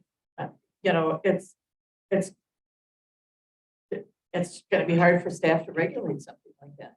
3 days, 180, how do you know when the 180 days is up? You don't. This way, it's, here's the start date, here's the end date. Yeah. Period. If somebody's in there renting after that, you know what's a violation. Yeah, the first day somebody rents, when the last day is. Yeah. So that helps. Justin, what do you think? Personally, I would rather see it change it to less minimum stay. To allow that to open up a little bit. Question is, could we put like and I don't know how this works for Jason's office, but kind of like you have the sewer thing, you know, like when a pumper pumps a sewer and inspects a sewer, put it on. You know, it goes online to your online database. Could for the short-term rentals, but the operators, could we design something like that where they put their number of stays in, so it goes into that database? So if you get a complaint, like, hey, they're doing this, all of a sudden you can pull it up and say, hey, no, you know, they're out of compliance. I mean, you'd know before you didn't have to do anything there, if, as long as they're entering their data. But if I don't enter my data until you're gone from them 4 days, county, if I just don't enter it, the county doesn't know you were there. We don't. I mean, when the Since sewer the pumper county pumps it in, is he's a over. third party. We don't have. The stamp doesn't allow. that. No. That would, it'd That's have why to have we its own asked for- software. Just asking if it's part of the, you know, if it's part of the process where they have to, maybe it's on a monthly. Basis. You know, how many people were there? Because if somebody is going to turn them in for something, they're gonna have the facts. Hey, there was somebody here, here, and here, and well, here's their license plates, and here's who it was. Who's gonna manage a database? Who's gonna create? And it? maybe I'm just throwing it out there as an idea, you know, and I'm not trying to, you know, throw more on you. I'm just, is there a way to look at that as part of their? You have to double their fee to pay for the work and the person doing it. Just about what it would, I mean, it would, we'd have to have the Oversight, software and yeah. oversight. I mean, we'd have to dedicate one person to that. That's really problematic. It's really gonna I bog us noticed, down. Jason did add some text there regarding, you know, So the the onus is on the applicant to notify. as part of their annual permit, so when they have to come in and apply for their annual permit, it could be right on there, we're gonna rent from April 1st through October. You know, Yeah. boom, and that right there, stuff, you know, So so. we can't dictate the day. No, Right. And that, so, but what I'm saying is for staff administratively then, and for the neighbors, because we post all of our permits on the GIS, so then they would know, okay, and that they're gonna be able to rent in these time periods, but we better not see them renting outside, you know, and that, then they'd be in violation. But that could go up as soon as at 180 days, the first time you were notified that, okay, it was rented on March 1st, 180 days out. There it is. That's then everyone would know when the last rental could be coming in. that's why consecutive would make more, it'd be easier. You know. Yeah. Yeah, because Of all of one a sudden, person if just I taking see- care of it. If I see the renters that are there today leave today. And they've been there 2 days. Tomorrow somebody else shows up. No, that's outside of the 7-day rental period. Yeah, so people know that. You know, Each where one's if it's different. just 180 days over the course of the year, maybe that just, you know. Different ones showed up, they were there for 2 days, this one's here for 4 days. Yeah. Well, one guy might rent it, his kids might come for half. I mean, the first ones we had, actually, the owners on the one lake were the biggest problem. They had too many parties and stuff, and everybody turned them in. It was never the renters, it was always the owners. Well, then They that would was come my- and set up tents and everything and have a big party, and then they'd call. They'd go up for all these complaints, and there was no complaint really, because it was the owner. They could do whatever they wanted.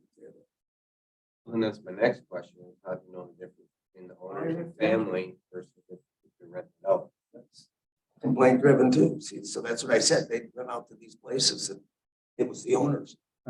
You'd have to, as the owner, you'd want to be there in the 180 days that it's not. A lot of things, and we end up showing up, asking like. Asking questions. Yeah, and that, like, we're interested in renting the place, usually I end up, you know, being a customer, or that, you know, so that is usually how we take it, you know, catch people.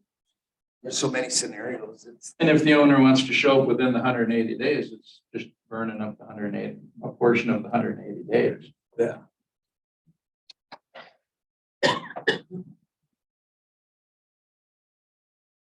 All right.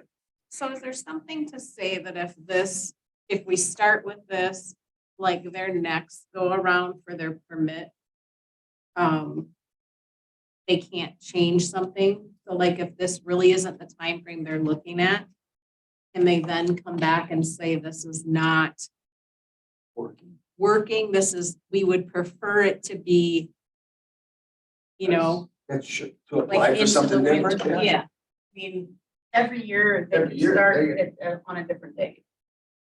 So I think you'd have to restart the one. The annual, like it's just annual. Yep. And at their deal, they can change. So it'd be on their permit. So when that, once that permit is issued, to start April first, I'm just gonna throw the date out there.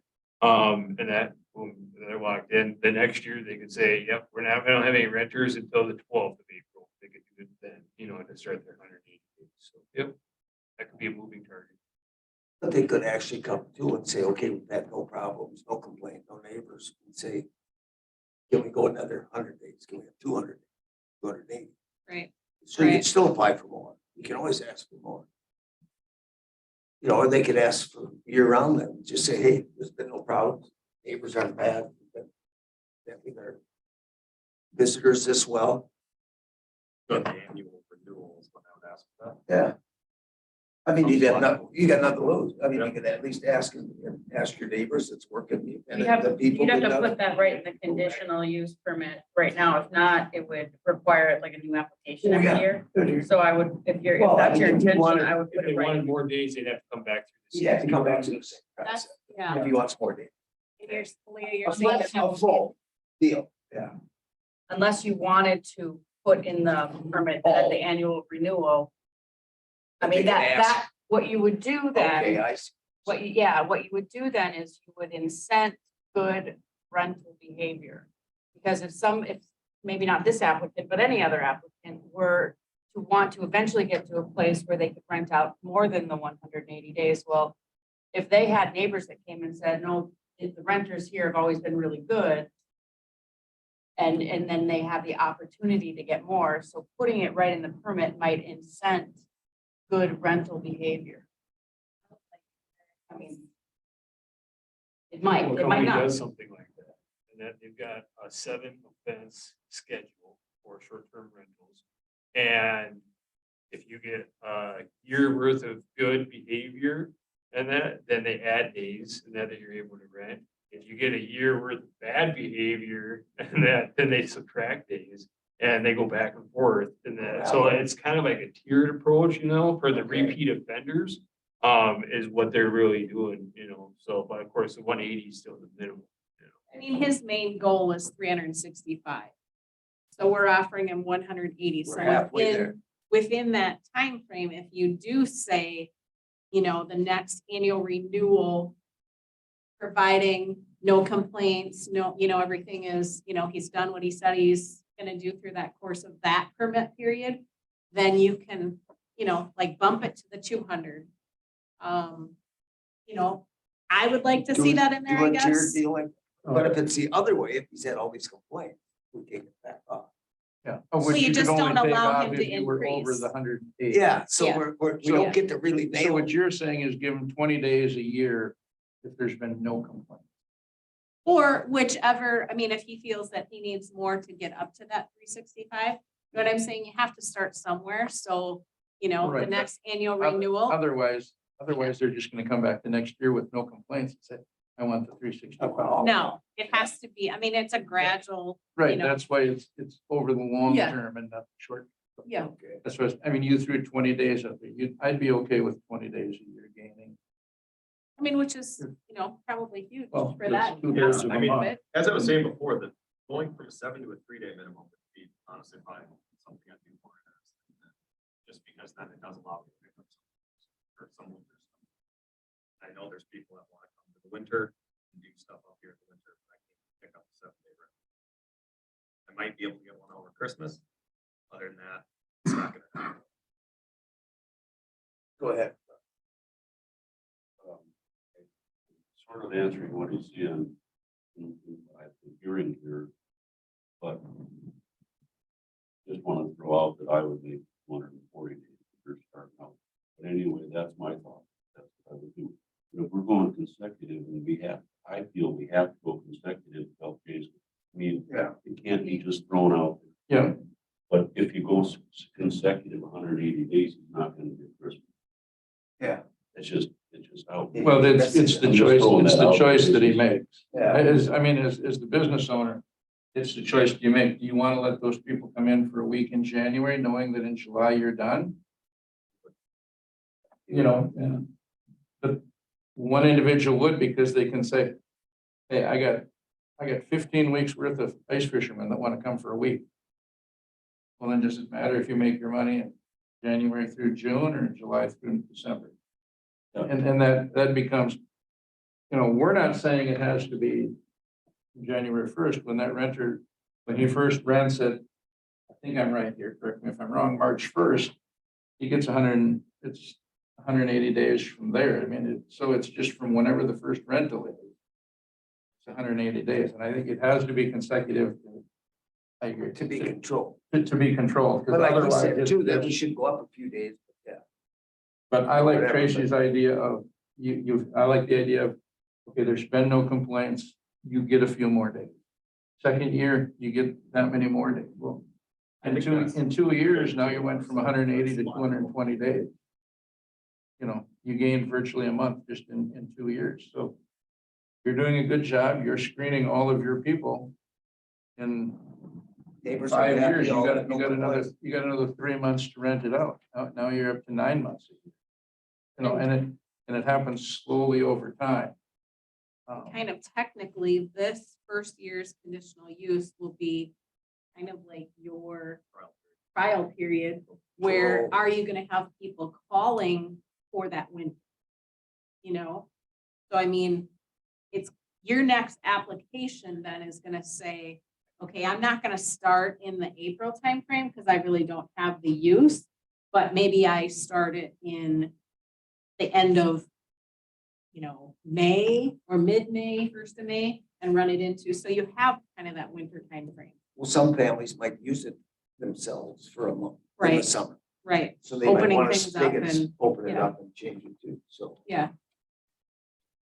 So what do we want? Want to do Tracy's idea if it's good? Add Yeah, I'm 20 fine with Tracy's idea. We're giving an extra 20 days a year. at the annual review? You know, Are you guys willing to do anything on the minimum stay after the trial period? I'm not. That just puts more people on the lake. After trial period, we wouldn't- So do more days. We wouldn't know until then, would we? So we would just hold off. Sure. He's having troubles. Yeah, 7 days. the other, yeah. Yeah. Yeah.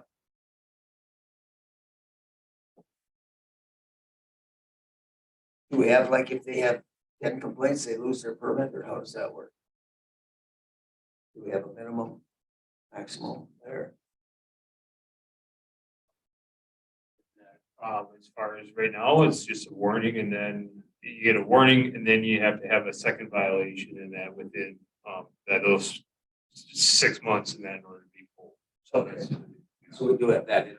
Okay. All right. Is there's a difference between a violation and a complaint? Correct. Yeah. A complaint is a complaint, a violation is that they're in violation of one of their conditions. So, It could be just loud noise, but you can't verify it or something. So I mean, there could always, you know, you have to get a bad neighbor, they might call every day that somebody's there. They keep the Oh, phone or something. Then do we have to outline that, because it says complaints, but I mean, if I'm just mad about something and I don't want them to rent it out, and I just call and complain every week. They already have that. That's already in that. Isn't it, Jason? Isn't that already in there? It has to be verified. Verified.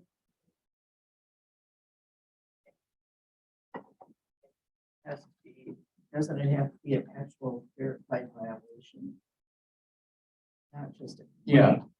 That would have to be verified by. My question is on that, is it a verified complaint or violation or just a complaint? Because as the read there, it would be, if Brad had a rental and I lived right next to Brad, if I called and complained once about loud noise, I wouldn't get my extra days.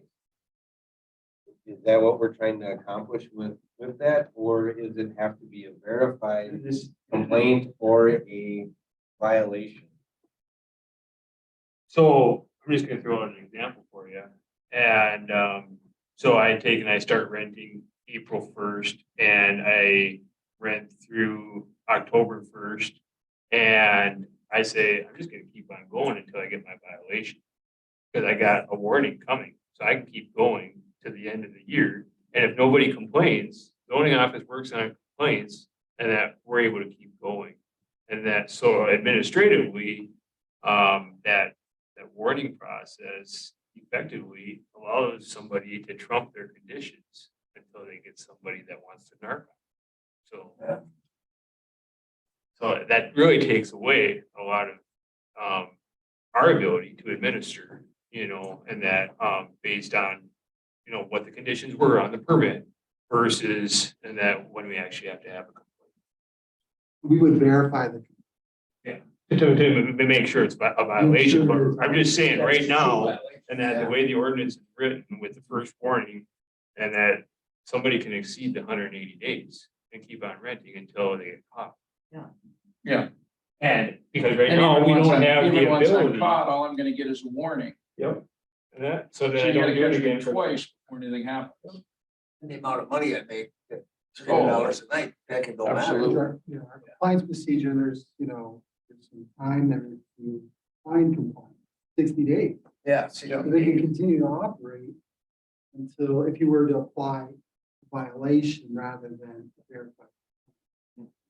So I like the verified complaint. That'd be a little easier to administer. They have Doug's 240 days to begin with anyway.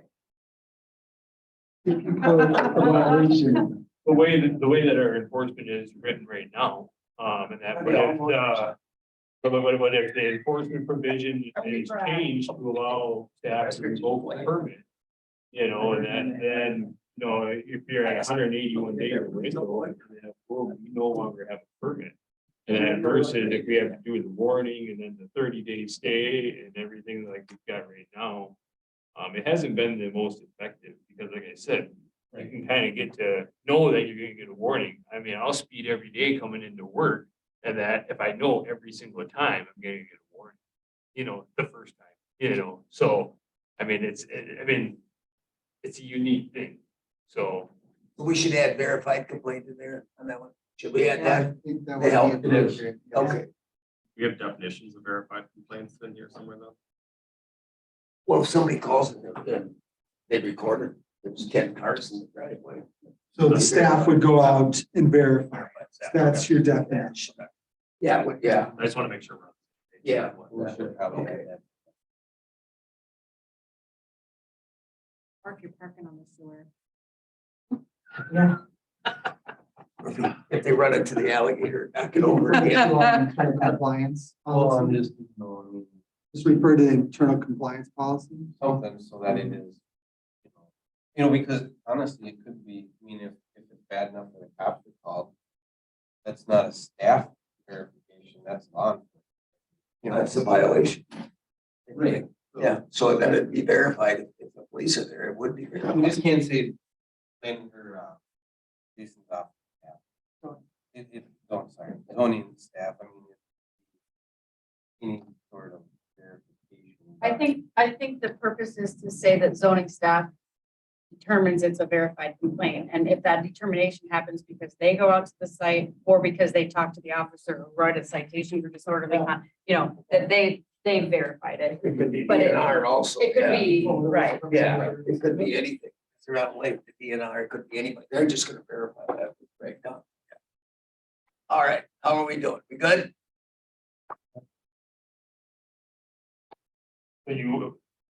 So I'm taking it that you want all the conditions in red then? Yep. I'm just trying to make sure that it's clear that I'm not creating. Yep.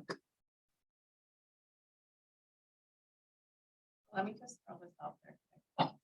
I want it. I hit you. Just one.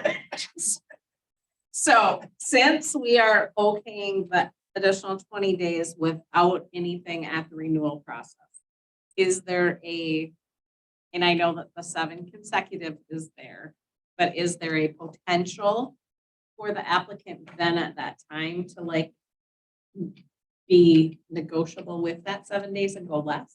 No. Not yet. So what you're saying, Tracy, is would there need to be a new application for a new conditional use, or would they be able to modify it at the annual renewal?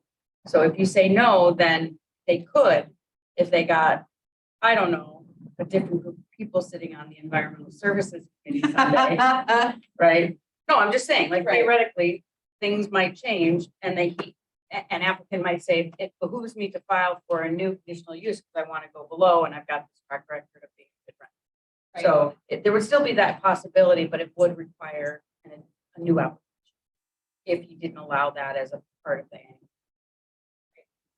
But you I think could that allow just it as puts part of more, the- if you allow less than 7 days, that puts more pressure on it. Even within that 180-day period. Yeah. Because now I can rent to two different groups in a 7-day period instead of one group in a 7-day period, putting more pressure. I mean, the pressure on the lake is going to come that first day or two. It isn't going to necessarily come at day 5, 6, and 7, or, you know, or 10 or 12. I mean, I'm just trying to think outside the box. But like Jason said, it doubles the amount of people that would show up. Stay inside the box. Yeah, today. If I can make a comment, too. So the pressure on the lake, all we're planning to provide is, we have 2 kayaks now. We might get a pedal boat of sorts, but we're not providing anything motorized. So the pressures on the lake are theoretically pretty minimal.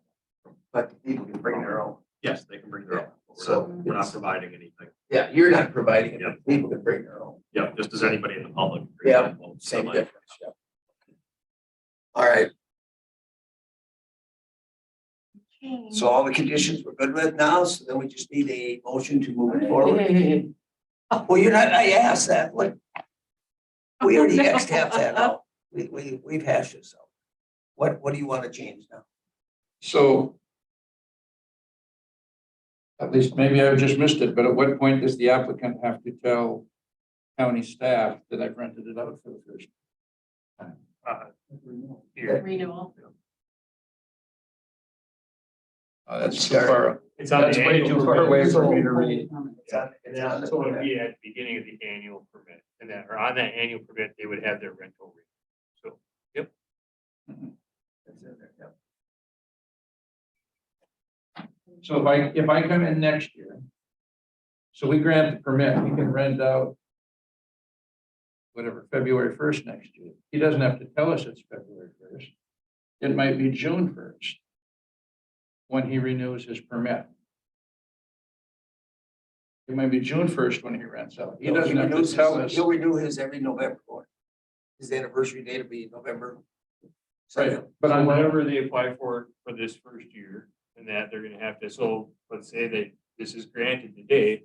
And that, let's say that he applies next week, you know, and that November 15th, throw out the date, and he says he's gonna start renting and that, I'll use April 1st again, you know, and that come around and that to November 15th, 2023, he's gonna have to renew, otherwise he's gonna have to come back through the CUP process.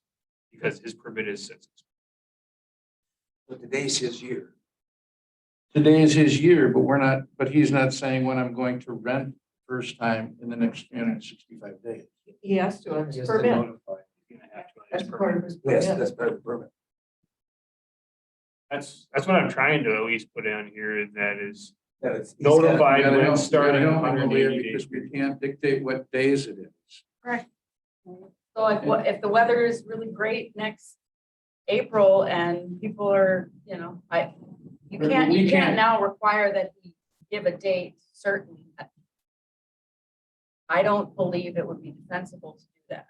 Right, he can't, on November 15th, let's say, he can't say, we're gonna start renting April 1st. And are you saying his 180 days then runs from November 2nd to November 2nd? So he could have 180 days in 2022. So he could rent out for the rest of this year and then stop January 1st and then start renting on May 1st or whenever next year and then run that full 180 days. If you're we use going the on calendar. if Because we the use the 300, calendar. the 365 days does not have to run on a calendar, No. on a it's calendar his. year. So you need to make that clear then. Okay, that's when they get their permit date. So then it would be from today, you have 180 days between November 2nd November second. and November second. No. Yeah, It goes by permit issue. that's his annual You renewal. have would be- 60 days left of this year, so you better use 180. No, this year, no, we're not, the calendar If doesn't if you're running the 180 days have the permit date. during the 365-day period of November 2nd Yeah. to November 2nd. Whenever he starts, Doing it on a calendar year, make it administratively a lot easier. It would, but your anniversary date is today. If you just Yeah. like a birthday. Goes by your birthday. it might be okay, and I'm just saying from an administrative standpoint, if you've got 50 different permits and they all have a different 365-day calendar, it's like our county employees right now, our anniversary dates, we all get our pay raises, if there is a pay raise, on our anniversary date, so everybody has a different day, and it's an administrative nightmare for payroll. I don't know if it would be more, so the first year, you're gonna start it whenever, but if you say it runs January to January, then, but So that's something I think you have the discretion to do. So all the annual So you permits might that wanna would be in ask. January every year. to renew Yeah. After that. You might want to ask, We have to Jason renew about his it. in 2 months. Then. You might, not for the first one, come on, you gotta. Right, and I mean, essentially, that's what it would be, is that, if somebody applies for a tour shooting house in December, they would have to reapply if we go by calendar year. And that is not typically how our land use has been handled. Yeah. The burden is on the applicant and that to know when their date is, and then they have to submit the application to us. So I mean, it's their burden, and that we're as, and that with like payroll stuff and that, I mean, that's on HR then, so. All I'm saying is that we can't ask the applicant today to say, I'm gonna start renting in April.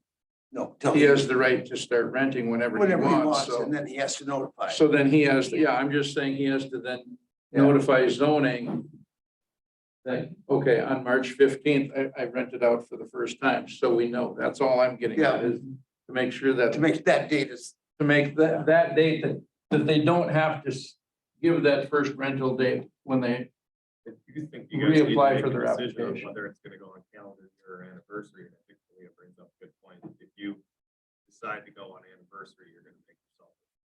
I'm the first of, you're gonna have one.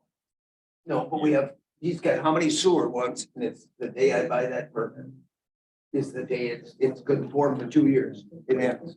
Our office handles 1,500 permits a year and it's all by That's it. permit Okay. issue. So, kind of. I think the late Technically, we have to anniversary. change our general provisions in our ordinance and that to say, because it says a land use permit is good for 12 months and that from the date it's issued. So we'd Yeah. have to amend our ordinance in that in order to go. And this is a land use thing, so we So gotta, land we use gotta is- stay with that, I think. So then I would have 180 days based off my anniversary date. Yes. Yeah. No, 12 months around my anniversary date. 12 Yeah. months around your anniversary Yeah. date. So November 180 15th to days, whatever. November 15th, you can pick your 180-day consecutive period during that time period and then go for it. So. So every future applicant then on their anniversary dates, either October 15th, you're gonna have to keep track of October 15th. The schedule. It You is don't have to also, keep track of it, the property owner or the renter, and that is gonna have to take and remember that date. but make think sure they about an submit. applicant that applies June 15th. You're then saying they can never rent out the summer because that would be separate 100, you'd have to do 90 days and 90 days. So if you do it by saying it's on, that they only have 180 days in between, you would be hamstringing applicants that apply in the middle of summer. They wouldn't be able to rent their 180 days in the middle of summer. they could the next year. No. No, there's because- consecutive- no. No, because they have to renew every year in the middle of summer. So you have June to December. Or you have, And depending on the anniversary date. then you can apply that to the rest. Give us 90 Well, I'm not days. gonna answer that question, but But but what I'm saying is, in those cases, you could then say your minimum period is 90 days if you rent during the summer in order to alleviate that, but just from a practical standpoint, if you're using anniversary date, which it is something you can do. I don't think the right to rent law though says that you have to be able to rent for 180 days during the summer. Obviously, if you apply during the middle of the summer, then you're choosing that. But the county is still allowing you to rent 180 consecutive day period. Unfortunately, because of when you chose to apply, and then that's gonna limit it.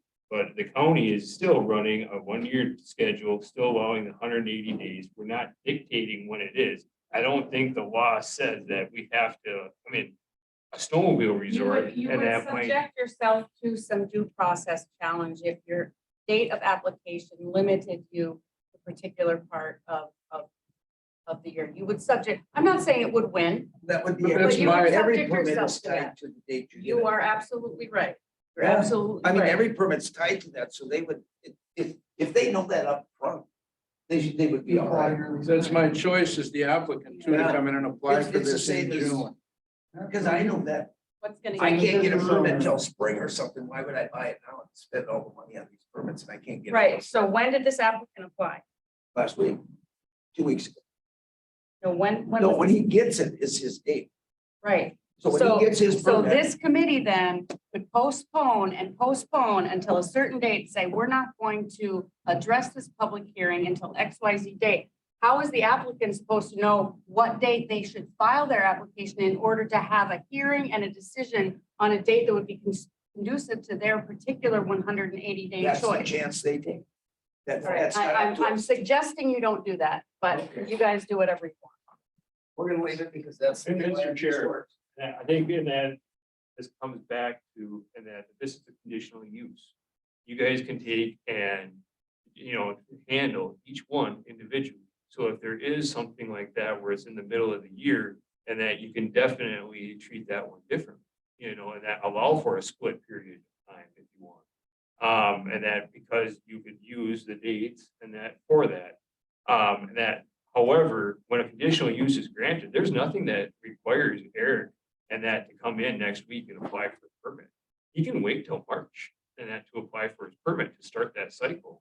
And then that permit's good at that point.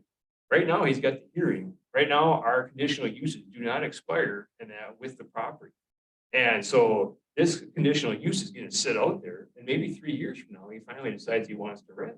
So he comes in on February 1st, he applies for his land use permit, that triggers his 1 year cycle. So at that time. So he can wait till that right now, till the first of the year. So that's just what I was gonna say. If he wanted to use a calendar year, It's granted today, but he can apply. January In 1st. January. January 1st, variances do not expire in Polk County. Well, Yeah. then that's the answer. So we're good. And then January 1st would just be your. Does that work for you? It has to. Granted today, but it's not, We you just said choose it. when you activate it.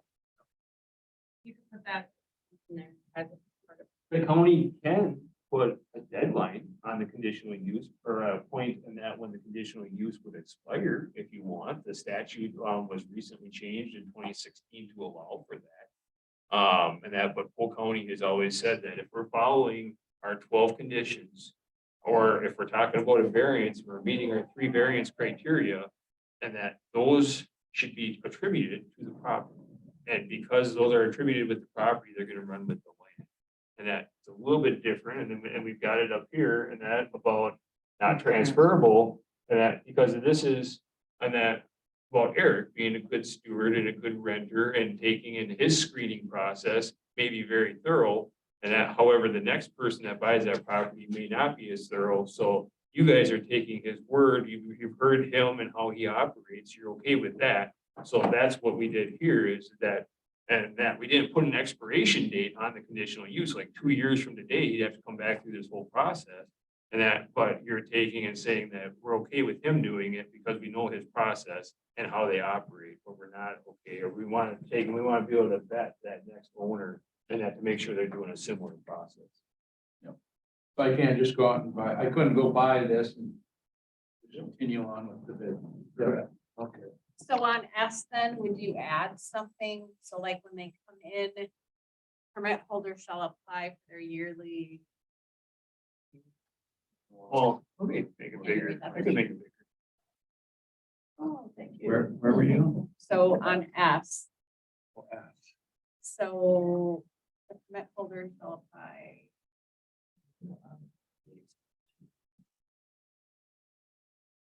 Otherwise they have to reapply completely. Yeah, so like what That's- Malia was saying though, like. If he, okay, we're granting it today. So Okay, he pays for it and does it. That and date say he doesn't wants start. to wait to start his for easy remembrance, whatever. January 1st, he goes in and applies for it, so that will start his cycle for, I mean, do you have to put that in there so that it's beneficial to him? Or do you just leave it to his discretion as to when he wants to apply for it? I would say Well, it's we his leave it at discretion. their discretion.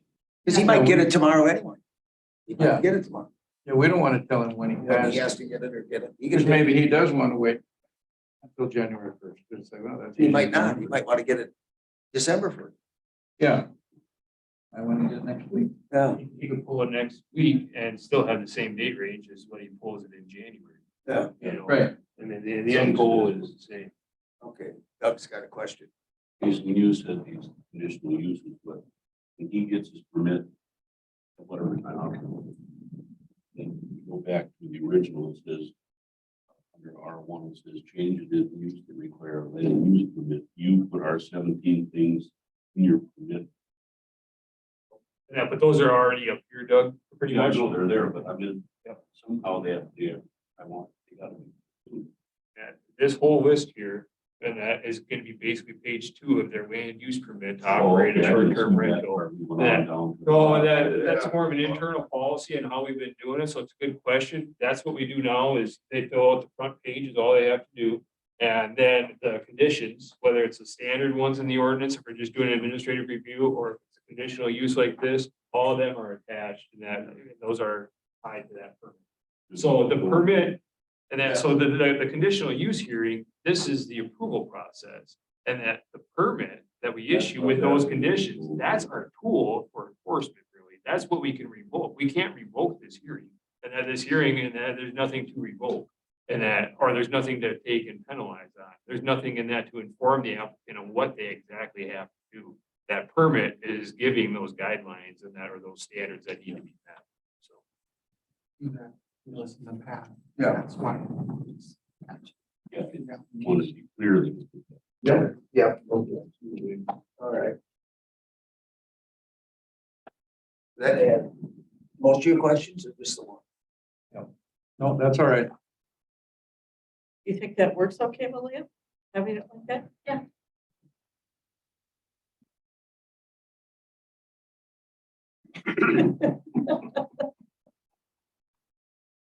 Wait, you got a little mirror, peek back and see her. She's got her thumb up her. All right. So we're there. I'll entertain a motion. I'll make a motion to approve with condition. I'll second it. Okay. Chrissy did, right? Yeah. See, Doug didn't want to get in Conditions trouble. A through Z, right? Yeah, Conditions A through Z as presented. yeah, all 24. Okay. So then, all those in favor say aye. Aye. Opposed? Forward we go. Well, there, the first big one gets. Last Yeah. one. How was that fun? Did you get lots of fun? I gotta get back in the office. Yeah, hopefully it gets good better. Yeah. I'm working on it at the end of that. I'll have to take a picture of the alligator for everyone. Really? What are you doing at the end? What kind of work do you do? I do sewer. Oh, okay. Call me I know later. our cabinet get hurt. Call me whenever. Gotcha. Okay. Probably. Yeah, that's fine. Yeah, that alligator. No. I do too. I was sad when I saw that thing knocked over. It looked a little weather. Yeah. It looks like they got it passed up. Yeah, Yeah, we can. we need a little break, stretch your legs. Yeah. Yeah. All right. No. All right, let's get up. Jason gets to walk around up there in front of us. Everybody's legs are sore. All right. So now we're just gonna go through. So Chairman O'Connell, is there 24 letters in the alphabet or 26? I don't, I know. That's what I was thinking about. Nobody else said it.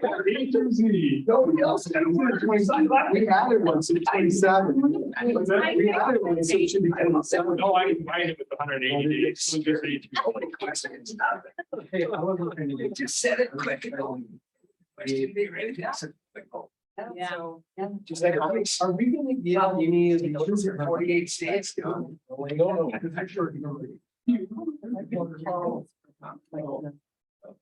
But right now, we got much regulation. They're pretty much open. And I don't. It's like, when you guys have tourism, we'll. He's not, he's not the person.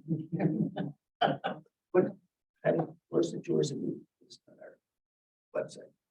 I can't find it. What do you have? We have a lot. Jason, Got a lot. We have a what lot. the hell we do? Huh? I can keep it really short. Okay. Really, Just we're looking hand at, us a page of each one of these and then go home and read them in 2 weeks, come back with your. Oh, we've got the one. We have one from Clark County. Yeah, we put that in there in a path packet. I don't think we made it in this packet. so Clark County, is not unique to dealing with everything that we've been seeing as far as our solar, and renewable energies just as a whole. So they took and created basically a 3-section ordinance. And that's got large wind, small wind, and then solar. And then solar, they broke that into commercial solar and residential solar, like your individual house, things. Some of the things in that, they're just going through, I'm gonna use their page numbers, so page 10. I thought that they had an interesting section there, 22-1442, consultants and third-party inspectors. So that allows them to take and basically contract with outside inspectors, make sure the work is done, to make sure that they have all their engineering and that done. It also has language in here and that's the cost of the applicant then to do that. So that's kind of an interesting thing. Jumping to page 12. Don't have page. Somebody forgot that. So- Is Robert's back? Okay. Section 22-1442 Yeah. is one. God, why would I? 22-1451 annual reports. That is kind of a unique one because that we've also got requiring for our cell towers. And that we require a biannual report on them. So that annual report may be beneficial to have. I thought aerial spraying was really interesting in that with farmers with these wind systems. That's 1453. That's basically what they had on the wind side of things that I thought were interesting. 1463 is decommissioning. Decommissioning is huge. Well, we kind Synchronized. of With that, that's right. struggled with before. You had questions about, I don't know if we have clear answers. No, we did. So this kind of. So we can do this several different ways. We've got a small wind energy ordinance right now. We can take and make that a broader approach and have more of a renewable energy, ordinance. And go something similar, in that court. Okay, we can do it that route. The nice thing about that is it applies everywhere in the county. Okay, so it covers our towns and that are town zoned and unzoned as well. Okay, and that, or we can amend our comprehensive zoning ordinance and shoreline ordinance. And that for utility scale energy generation. And that's the easiest approach. And right now, utility scale is kind of big because they've since developed that industry more and they've got large utility scale, which is 100 megawatts or more. That's the Apple River Solar Project. Basically, we're hands off on that. We don't have anything. As you guys know, that's all public service commission. Okay, and that then they're breaking it into mid-scale utility scale, and that's from 30 megawatts to 100 megawatts. that's where they're really wanting to regulate these a lot more because a lot of them can't get the land area to get to that 100 megawatts. So that's kind of another option. And then you got small scale, which is smaller than 30 megawatts, which is typically like your home solar arrays and stuff like that would fall into that. And maybe like a 20-acre field like you see over by Forest Way, those are all small scale. So we can simply amend comprehensive zoning, shoreline zoning, to change our utility scale, what we've got defined right now, and break it into those 3 classifications. Right now, we say that they've got to be zoned industrial and they have to be a conditional use. Really, we know that we can only regulate the small and the mid scale. So if they were going to do either one of them, they'd have to be zoned industrial and a conditional. You could take and change it so that maybe a small scale would be something that you'd allow in an ag area. But maybe a mid scale is something that would still be an industrial use. That's one way to go, but that's only going to apply in our shoreland areas or our towns that have adopted comprehensive zoning. If we do something more in the renewable world, then that would be applied wide, just like our small wind is currently. So, but we don't deal with large wind right now at all, except or solar, except for our utility scale, which is industrial. So. And you said when you say countywide, that means towns that are zoned too? Because I know the town of St. Croix is just now looking at solar and wind ordinance. That's what this. Yeah, yep. Mhm. So, And they just started that, they just made a decision to look at it. So I don't know, that's as far as it's gone. so that's the incentives. And so I guess it's on the agenda here because I wanted to provide you with parts. When it comes to the solar part of it, towards the back, you find. So would that mean they wouldn't need to have their own ordinance then? Well, it'd be a use provision, right? Well, and that one, because we did that, would fall back to the town. The town, it would, okay. Depending on what's with that. Uh, And that would be section good input from them. if they wanted to 1538. move us in that direction. Section 1538. And then B. There said, it takes and it starts solar energy systems for commercial use shall meet the following requirements. And then it's got 1 through 15 there. I thought all those were really good conditions. So the easy approach is to take and, like I said, just amend the comprehensive and shoreland to, Incorporate. break it out, small scale, mid scale. And that if you want to be more in depth as a committee or a county, and that then a separate standalone ordinance and that where we can provide all of these criteria would probably be the better route. I think if it's gonna come to us, we might want to do a standalone. Did you see? That would apply. Why, I guess, but still, but if it's gonna get this big and it's this much trouble with everybody else decommissioning, and St. Croix having trouble. We do know on that. We might right wanna look over at by this. Sandway, isn't that the west of Stanley, there's a solar farm that's trying to come up. And that to do that because there's a big substation over there. And I believe it's 110th Avenue. And so What about, Polk Burnett's 12-acre? Polk Burnett, and that has got one right by the Georgetown Town Hall out here on I. And that one is supposed to be going next year. So that's only like 12. INH? INH right by the Georgetown Town Hall. But And then right around storage units there, Yeah. and that field is gonna be stored. The state drops down even farther, I think, because the state took it away from us for a while. The towers could go in Yep. Yeah, and all that. I mean, they took that away, so. Yeah. It might be. I think that this might be similar to our next cell towers, I mean, Yeah. that was kind of a phase, and now the towers and the infrastructure is built. So now we don't see any new applications coming in for that really.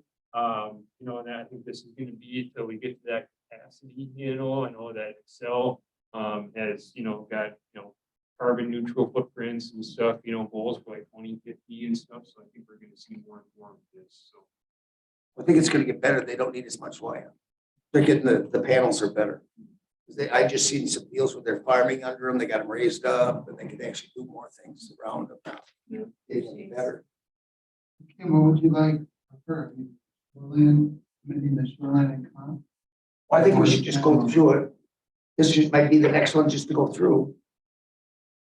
Would you like me to do kind of like a mock-up and that with our small wind ordinance? 'Cause Yeah. we've got some existing stuff with small wind and just add large wind onto that and the solar Maybe side. go that way. Let's just see how we can do it that way. To keep it simple to start with, and then if we're not gonna get overloaded, I And guess. I'm gonna use Parks and that, a lot of this, and that, I do know that they've had a lot of. Well, that helps, like you said, with all these different conditions and stuff, that's starting.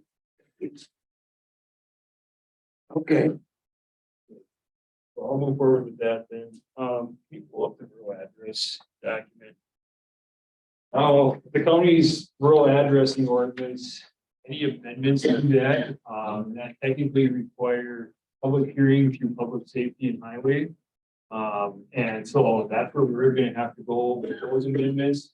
Brad is working on a bunch of just, small changes in that to make sure that the text in our ordinance is consistent with the new next generation 911 policy.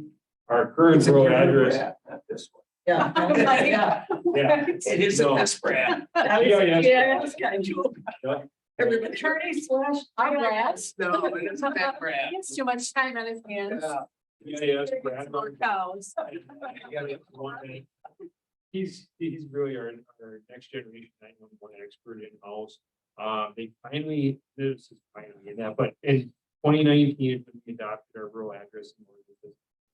And then in 2020, October of 2020, they finally came out with a big pamphlet of next generation 911. It's got a bunch of definitions and stuff in it. So he's just making sure that that text is consistent with next generation 911. Really no big changes to it. There's a few words in that are removed. Can you go down to page? Going, yeah. This one we don't have yet. These You are the ones keep we're on starting going. with. Yeah, you don't have this. Like I said, this isn't, keep going right now. Okay, oh, right there.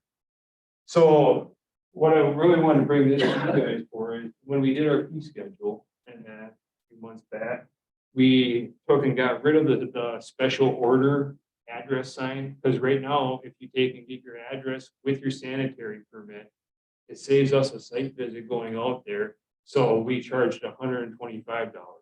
You guys, as part of the fee schedule, increased that to $150 just across the board, any address. And then our office will assign them as they come in, so people don't have to wait until their sewer gets installed. Because they're building a new house, the power companies are really cracking down on that. They want an address and that before, the sewer is installed and all that. So it's good to take and clarify, yeah, and insurance and that, especially builder insurance and stuff.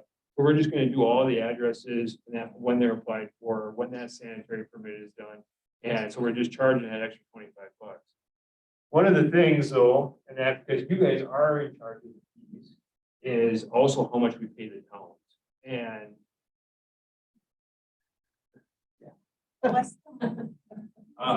as with everything, and that the towns are seeing rising labor costs, they're seeing rising costs in that for their post.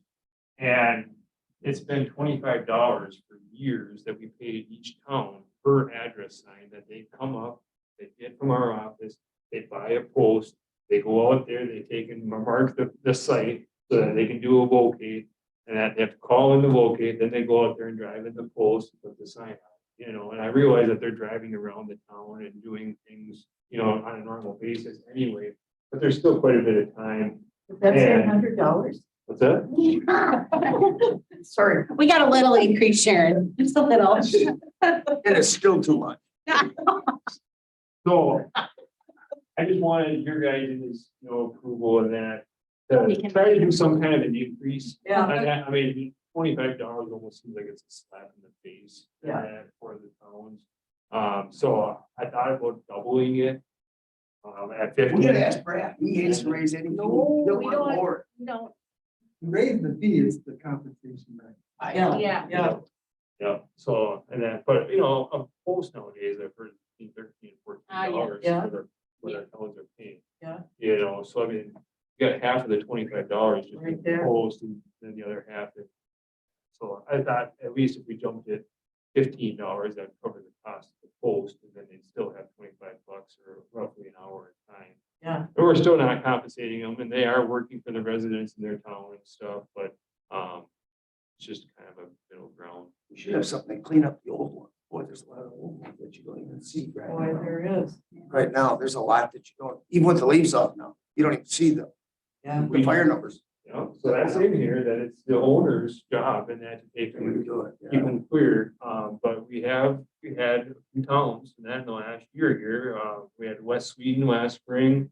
We have Beaver, and we are doing Lincoln, where they're buying all new signs, they're using ARPA money in that fort, that's one of the qualifying expenses. I know Bone Lake, we went through and we corrected all your guys' ordinance, and they did a similar thing just a couple of years ago, so we've had a lot of towns. Make it a flag one, so that you can see from both ways. McKinley, you know, that's all, McKinley, I mean, we're picking Yeah, on, yeah. Balls. Yeah. So there's quite a few towns that, at some point, so, but still, you know, I mean, roughly this is between 150, 175 addresses a year, so it's not a huge amount of money. We increased our fee $25, we're increasing what we pay the towns 15, and that we're making an extra $10, the town's making an extra 50. So I thought it was fair. Yeah. I mean, if you guys wanted to go to 50 on it, I'd be supportive of that too, but. I would want to get that. What, you don't want to get what, 50? I'm the guy that has to pay this all the time. I think it's too high now. Why do you have to pay for it? I get the permit. Oh, Well, yeah, but you pass that cost on. I do, same as you do. You pass all these on. You got a guy working already. He drives by, he can stop, put the post in, put that up. Well, But what else can he be doing? Yeah. he could be Yeah, raking could the be- end of the, he be could be mowing doing the ditches. shoulders of the road so you don't fall off. Are you saying something about St. Croix Township? What's going on? St. Croix Township is terrible. Oh. Tell us how you really feel. I do. I mean, you come up to Menards, you better hope you can stand in the road. That's sitting in St. Croix Falls, and they just Oh. repaved it. Yeah, right to the township line. Yeah.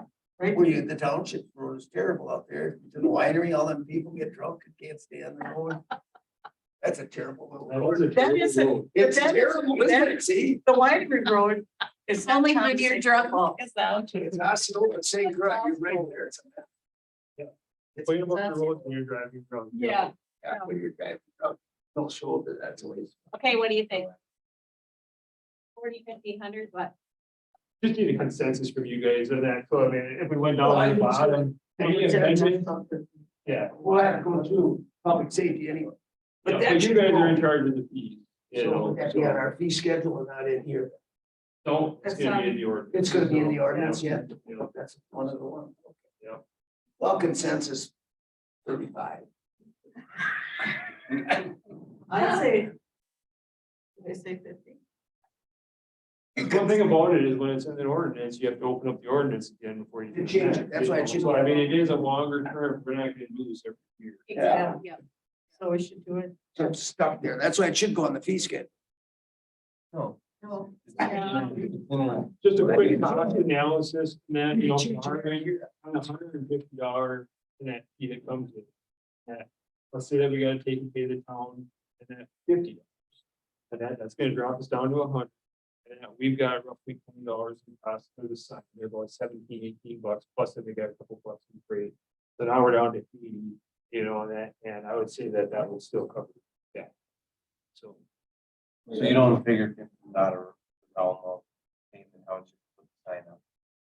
I don't, Let's do by the it. time you call and Okay. locate, You you talk- can you take talk. and have them drive up here. and pick up- Okay, sir. Sharon. Do that when you're driving around in circles, people call it. I wanted Twist to my get arm. 50, but I didn't think I'd get 50, so. Well, you did. Somebody's got. I make a motion that we go with 50. I'll second it. What? Doug seconded it. Yes, I didn't even ask for a motion, maybe it's out of line. He's outvoted, right? All those in favor, say aye. Opposed, B. Brad. My roadman, Brad- will be happy. Brad, now. all right, we're good. Yeah. And Doug, you'll see that in public safety. That, so, and then what through public hearing, and so public hearing will probably be. Well, you can vote it down there. I'm gonna guess, so. No, they were. I'll ask for it. Votes There you go. agent.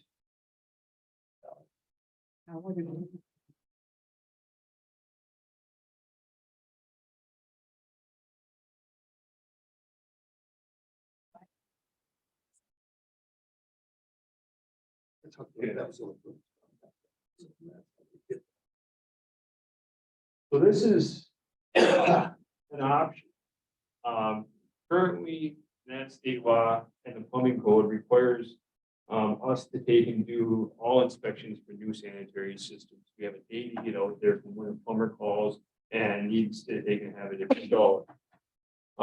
Currently, systems like mounds, grades, in-ground pressures, any type of commercial system, really big systems that are over 3,000 gallons per day, technically all require state plan review. And even a conventional normal drain field and that serving an accessory building technically requires state plan. So we've been pretty lenient on that one. The state has never really questioned us on it. We still issue those permits because if we can inspect a conventional for somebody's house, what's the difference if we do it for their bunk house or their, garage, bathroom, it's kind of one and the same. The state has been good in that in the last year here, and that where they've been able to do fairly fast planned reviews and turnarounds. But the county has the capability in that to apply for what they call agent status. And that where we can take and review the plans in-house. A lot of times in that the state plan reviews, what we see holding up somebody's new construction from getting going, because that we're waiting on getting the state plan. So we, of course, issue a county sanitary permit right now. And they might have, if they're on ag grade or anything like that, up there on that list, they also have to have state plan approval. And so what we can do, because we've got staff and that have the qualifications to do it, is we can apply to do all of our own in-house planning. So that in those cases where, especially in the fall, is when I foresee this being really used, and they want to, especially like right now, we've had a nice fall, it's been dry. So maybe somebody's system is failing and they want to take and put in a new system, but it's a mountain. Right now, and that going through the state, you're not going to get that mound in this fall. And that because they've got their delay at the state level. Whereas if we could provide better customer service and a faster turnaround, and that by doing it all in our department, that might, kind of streamline and get down to the one-stop shopping experience a little bit more. So I think that there's possibly going to be some changes to this coming. Technically right now, the way the plumbing code reads is that it's across for like the county would get agent status. However, what they're telling me with this form is that it's a certain individual and that would have the credential and that through the county. And I think that's where it's going to go and even possibly get more restrictive because they are forming a new code advisory committee. We were learning about at our fall conference. And so this might be just a good thing that for the county to try and experiment. And of course, it also generate revenue, as well. Currently, the state has their plan review fees and then they are tiered to some extent, but most of them are $250 per plan. So part of this is that we have to take as a county, and what I'm looking at from you guys, and that is basically to give your blessing on pursuing, going after this status. It does require some of our staff time. There is going to be a learning curve, in that, but we've already got the credentials, we've already got the qualifications, so the levels of entry are very low, And that in order for a county to qualify for the agent, we have to have a process and a way to track all of our approvals. So with Ascent, with our online computer system, we can track all of our approval letters in there. And I think there's even a way that we can have Ascent create the conditional approval letter that I need to do for the plan review. So that would be our avenue there. We have to have somebody on staff in that's a pulse inspector and certified soil tester, which both myself and Logan are qualified for that. And we have to take and still continue our pulse maintenance program, which we do that anyway. That's the postcards. It's getting to be a much more successful program now that we've got us sent, and we're requiring the pumpers to file all the reporting. Back in the day, when we just sent out all the postcards in the spring as one big mailing, and then they would mail all the postcards back, we were down around that 30% response rate, and right now we're at that big of a change. So, and that was in our annual report last year, how many responses that we had back. So I think this is just another branch or an avenue in that the Pulse program here at the county can be much stronger. We can provide a greater level of customer service, not take a lot of staff time to do it. I don't have any interest in doing commercial systems and that myself. I think in order to do commercial systems, that would be a time commitment. And that because I think each one of them sites, in order to do it right, needs to be site verified. And you're doing an on-site soils and stuff out there on those sites. So that's my main drawback in that from going into the commercial side. But basically, we need to take and figure out that, are you okay with us going forward with this? And if so, are we okay with these daily wastewater flows that I've got in here?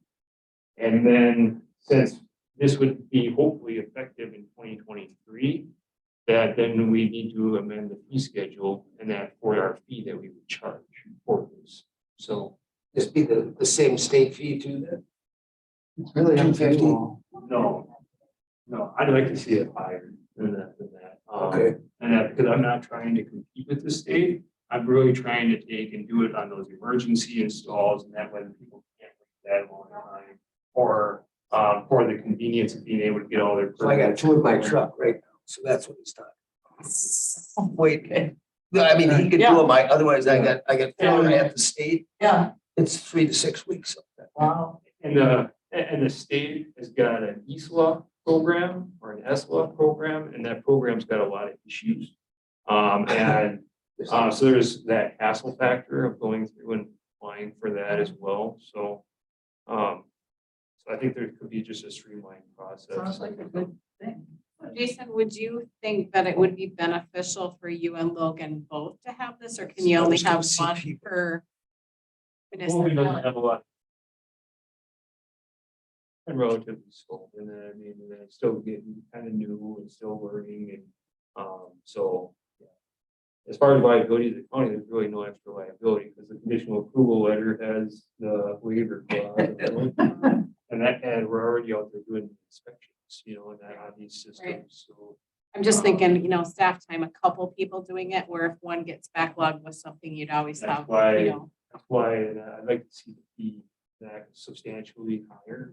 And that to hopefully still convert, half of those plans, it'd be roughly about 100 plans a year is what we get for these types of sewers. And so if we could get half of them to still submit to the state because they're cheap, then that'd be great. And that's, I'd only have both. it's emergent, basically. Yeah. More emergency, Yeah. because these, like the ones, I go down and a guy's systems failed and he has to put them out. Yeah. It's spring, he's got a holding tank till spring. You know, holding things are spring, so you may only be able to send in, and, we still work with a lot of plumbers. A lot of times I end up working, and that through a lot of these plans with certain plumbers that don't do a lot of them. And so then I've already got my time committed in creating a plan. It'd be nice to say, okay, here you go, and then you gotta take 5 year approval to us now, so I get to work for you, Right, so. right. That's a computer program, that's pretty good. That That sets them kiln up. is pretty expensive. It's a lot of stuff. Really, there's no cost in that. The only cost in that that I would foresee. And then, like I said, I haven't vetted this with Ascent at all, is maybe in that to get our letter up there in that for the approval process might be a couple $100. And then, I'd really like to not do a certain type of system out there because it's got a different profile. There might be a $200 expenditure in that to get that profile that helps do those plans. What? Geomaps. I can get that. I would think that they would probably supply it. So, They should. yeah, I would bet the top not. That's the only thing that's up in the, but it's only. But those are still considered experimental, and you want to stay away. Yeah. Oh, Almost. I wanted to stay away from them completely, but this isn't gonna allow us to take this stay away. Oh, sure. Okay. So with the 1,500 gallons a day, I just tried to keep it kind of consistent. And consistent because our plumbers are gonna have to know, which ones that we can improve and which ones we can't. And so if we keep it consistent, whatever it is, if it's 1,000, if it's 1,500, 1,500 is basically a 10 bedroom. We don't have, I think we got 2 or 3 of them that are bigger than that in the county. So most of them would all be done in-house. So that's where I threw that out there. But then basically anybody can say, yep, that Polk County is good up to 1,500 gallons. Yeah. By keeping them all. So, That's a And we big, that's a see- big system. yeah. That is, that's pretty exciting. And we see, very few pressurized in-grounds. That we see a handful or a dozen of these every year for those accessory buildings and that we're supposed to be doing through state, but mainly add grades and mounds and then just the ability to take and have.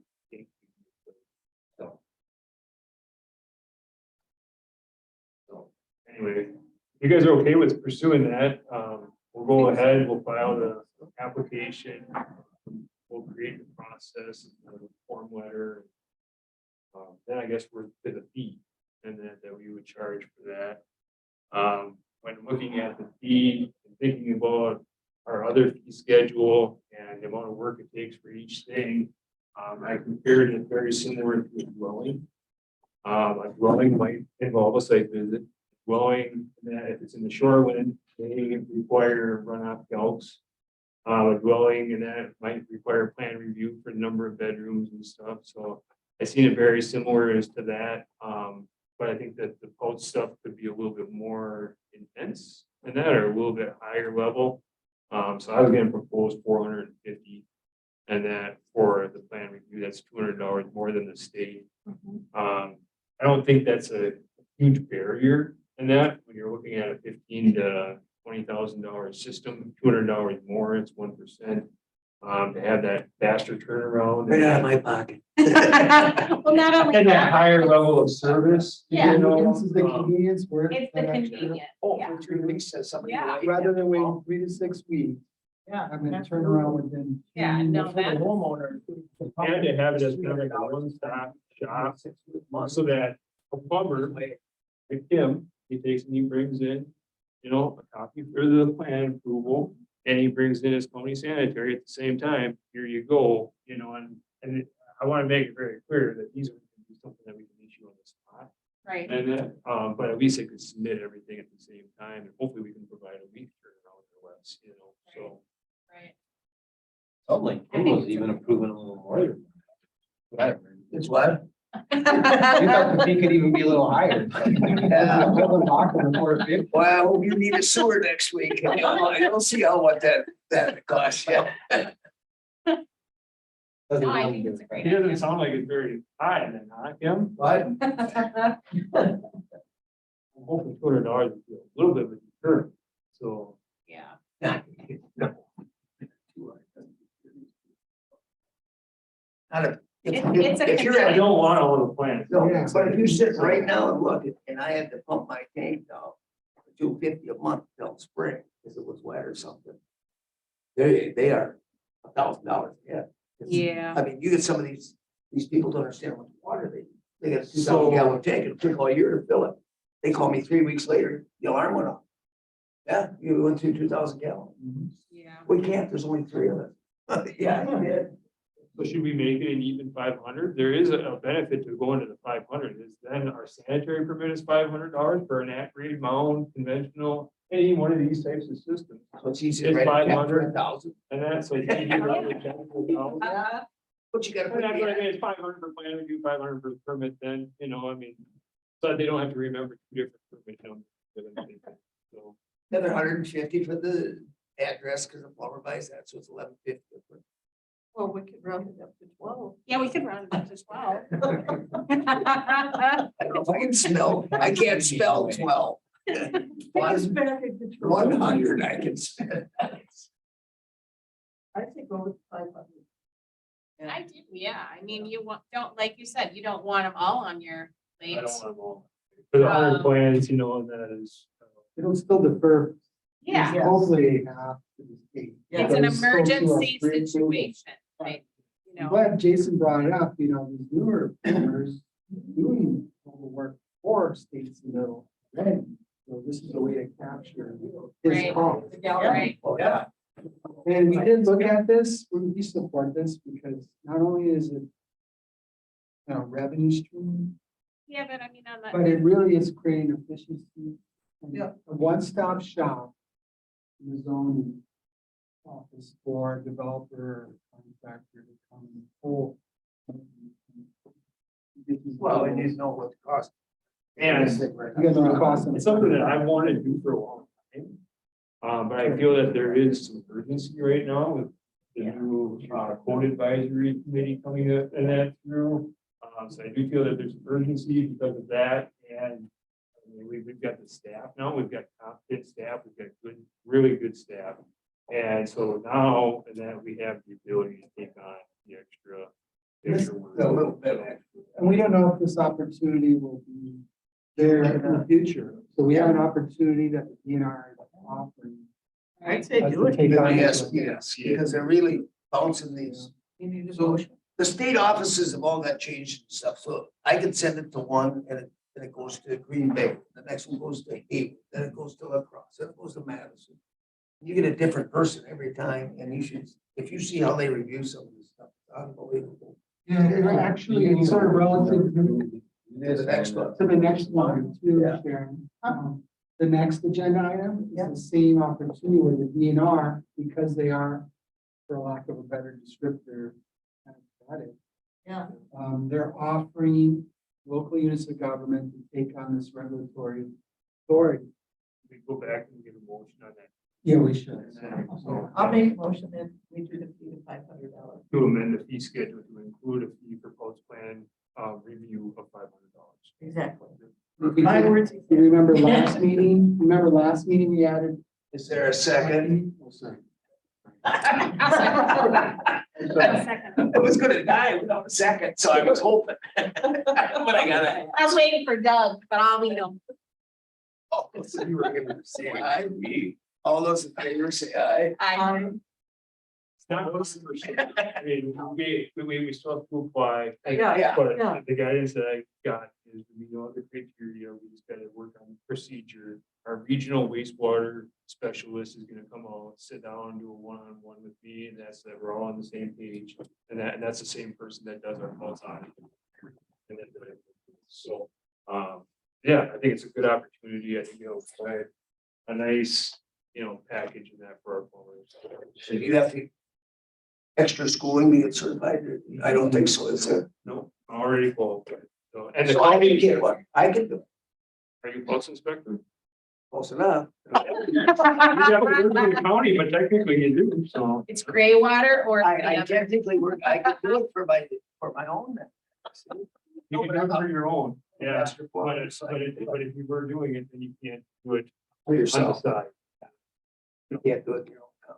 So that's for like us, as staff, and then we can take and, do our own soil test for our own property. But I can't go and do a soil test for my mom and dad unless my name's on the deed of the property. So anyway, it has to be for your own. So Okay. that's Where are that. we Good at? idea. So the next one, yeah, is he is. This is similar. Again, the DNR offers another opportunity to regulate wells. Okay. Here you have in fact, there's 12 other counties that have taken advantage of that invitation from the DNR. So while you guys were doing your last meeting and that we were down to the Wisconsin County Code Administrators Conference. And so we have a spring conference and a fall conference. A lot of times that the agenda maybe is a little bit weaker and that, but this year we had a really solid conference agenda. And so Logan and Jacob and I all went down there, and we heard from Stacy and that she's out of the Eau Claire in our office. And they basically came out and begged more counties to get agent status. And the agent status for wells is very simple. Believe it or not, if you're going to have a real estate transfer and you need your well inspected, you got to be certified well inspector in order to do that. However, the way the DNR code is written is because we're a governmental unit and we're part of the county, we don't have to have any credentials in that for doing our well permitting and the filling and sealing of the well.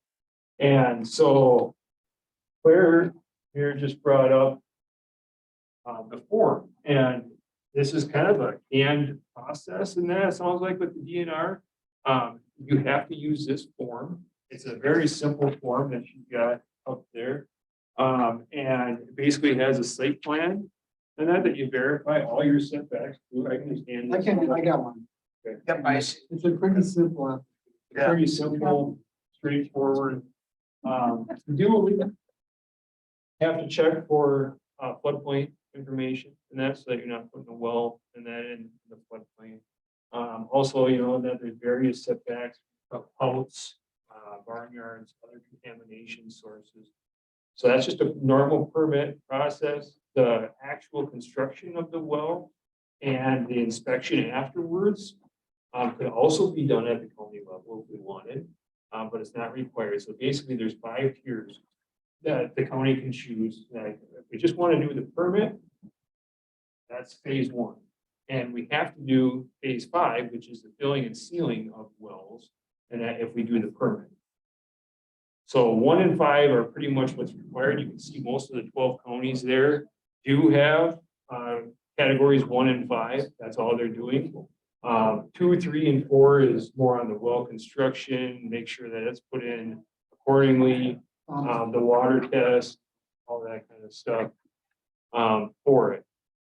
So, but the DNR basically begging us, what we would have to do is we have to take and designate an administrator, and that's for the well program, point of contact, basically. And that administrator would have to take and pass a well test in order to basically understand NR 12, which is the DNR's private well code. And then after that, anybody and that can take and work underneath that administrator and that issuing these well permits and that throughout the county. So now you'd have not only in that them, instead of them applying for wells through the DNR, they would apply for the phone as well. So really no cost. Like I said, there's no credentials. The cost would be having that person take that test. And then also somehow it'd be nice to track them through Ascent. So there might be a slight modification in Ascent that we might have to pay a couple of hours of IT, a couple $100 again, to be able to create a different type of permit. So that then we could put that information on the county's website, GIS. So again, would this be an emergency type thing, or you're just gonna take, okay, gotcha. So it's- you know, and it's tough to know because, you know, there's maybe a few people that get a new well and that without building a new house. But normally we did like 141 new houses last year. You can figure that, you know, most of them are probably putting in a new well. Not all of them, but a lot of them are, because they're cabins and they're going from a sand point to a drilled well, you know, so. So I would figure between 120 and 100. Is probably what we would see in our county, you know, a year. But what's neat is that there's also ARPA money available right now. And so I think it was a really good timing, and that you guys didn't know it at the time. And that for funding those extra groundwater projects through land and water, because the state put out $10 billion in ARPA funds, and that for filling and sealing of old wells, so like the old windmill, farm Yeah. wells and stuff, the old duct pits where the pump is down in the bottom of the pit. All of them fill those in, because those are, risky wells. And then putting in a new one, and depending on if your household income is 100,000 or less per year, you're eligible between $14,000 and $16,000 to fill and seal and drill a new well. So it's a huge thing. So now with that money that you guys and that set aside for doing all that testing, and I think Eric said that there's roughly a handful of wells that exceeded the contamination level. And that's all that the requirement is for when that's exceeded, and then they're able to apply for that funding and get rid of that well and drill a new one. What is it Grant cost to program, drill? I'm sorry, With your pressure system, everything. So it's almost a complete replacement. So the timing, that couldn't be any more ideal. so Land and Waters incorporated that's the grant program into their outreach for the Yeah. groundwater testing That's program. So that's it's income based, but I Yeah, think most but still, people. that was, to me, that was a big, a constraint by if something comes up wrong, what do you do? What do you do? And so That's that great. funding is brand new, and that was just released October 3rd. Oh, So that hasn't even been on. Yet. So Well, this would be good, because this is also on, like, the guy that came in earlier, his site plan Mhm. should have a well and everything on every lot. Because when I do a sewer, I put a proposed well. So this would help the well guys too. I mean, that's how, if I send it like that other one to the state, I have to show there's water somewhere yeah, on that lot. Yeah. So I gotta put a proposed well. They have to come out anyway and check that I'm 50 feet away sure. or 25 with the tank. So that is, that's kind of the nice double check in that with this, and then Because this- having that on the county's website is because now the more information that you're able to get out there, from what I know with the DNR stuff, is they're really good at putting out the data, and that puts all of numbers and just text, and that they don't have those site plans. Yeah. And so if you're gonna go onto a lake property and you want to site a new septic system, if we have it on our county GIS, of course, this is only gonna be the newer ones now. And that, but you can at least, over time, we'll create that database, and that's, you can see where their well is without actually having to go out there. Same thing, and that if we're doing pellets, we can double check a permit there, and that to make sure and that we're putting the pellets in the correct location, so it's not so much a big deal on that on the homeowner's lot or on that one lot. But we have had a couple cases in that where we've been caught, or not caught, but I mean, we've caught it where the neighbor's well is maybe too close because they forgot to take a look at the other property that's next door. Or maybe it's in their cabin and they figured it was over on that corner of the house, and it turned out it's on this corner of the house. so the wishing well was a wishing well, not the well. Oh. It's under the wishing well. They didn't get over there. No, it's just supposed to hold that up. So Well, that's the incentive in that. the lake lots are tough because on these 100-foot lots, if they know it, both neighbors will put their wells here and here. So this guy can't put sewer in. So they can kill him because 50-foot, he's 5 feet off. You got 5 feet down the middle of your lot to put your sewer. That's it. Oh. So if you get an empty lot between these nice big houses, the wells are gonna be boom, boom, so you can't put a sewer in. So they can get a cheaper lot, Yeah. get half the footage. Wow. And that's happened on a bunch. Huh. They've done Wow. that. They played the game like that, Sure. move their wells around so the next guy could put sewer in. Oh, gosh, yeah. Well, you guys might question, I mean, here's some new opportunities. My question, do we have the capacity to regulate, Yeah. both of these initiatives? And I think we can. We talked about it. I think we can administer these. There is two things though, I don't think was mentioned was, this is a voluntary program. And reading the literature, if it becomes too much of a burden, we can opt. Oh, okay. And I do believe it does require a private water system ordinance as well. And that, so it'd be similar in that to our Polk ordinance, and that they do have a model ordinance in that we can use, but the county would have to adopt that model ordinance. So, So that's something that we would, if you would endorse this initiative, us taking on this regulatory region. We bring forward Protect that the ordinance. groundwater, so if we have a groundwater, ordinance, Yeah. it wouldn't hurt anything. So what's the fee? That's up to you all. And then we would DNR Okay, for it, and, So we did, we had 150 new builds this year, do the math. I mean, we're looking at.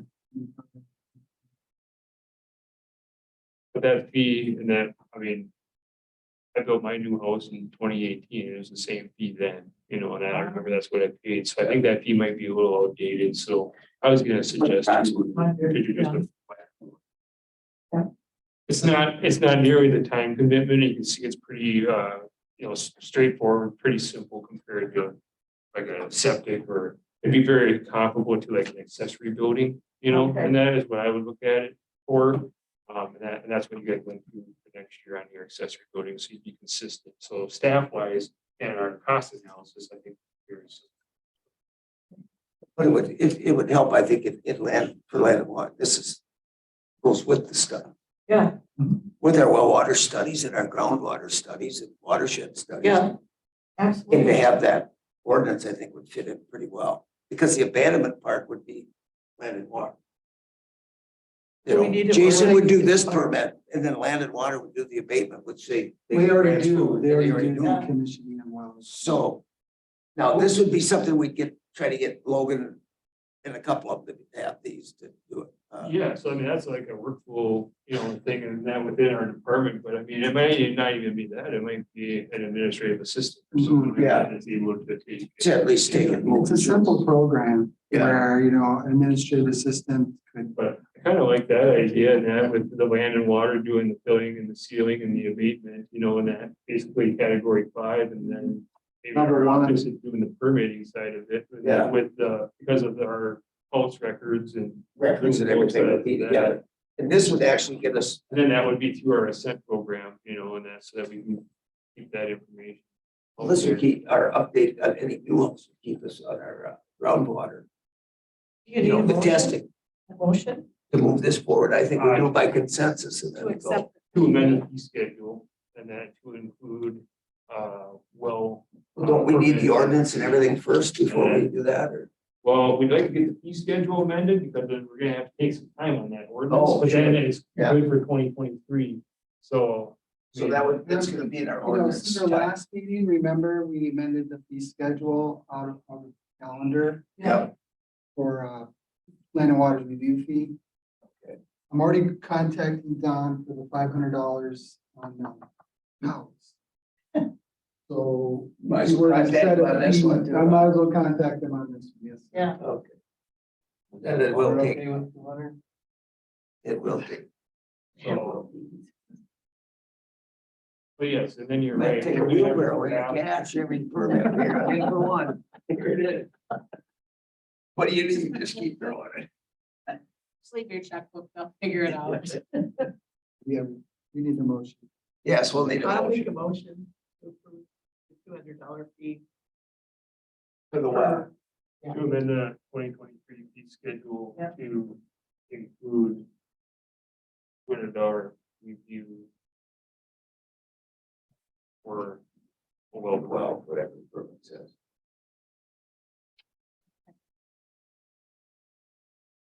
Okay, so then we'll move forward with Okay, that. do we have a second? Tracy just did. Oh, you did, huh?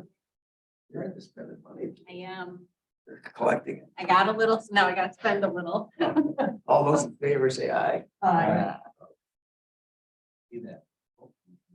I- We'll move that forward. Hopefully we can get that ordinance here, and hopefully we can get it approved. We should have Eric look at it too.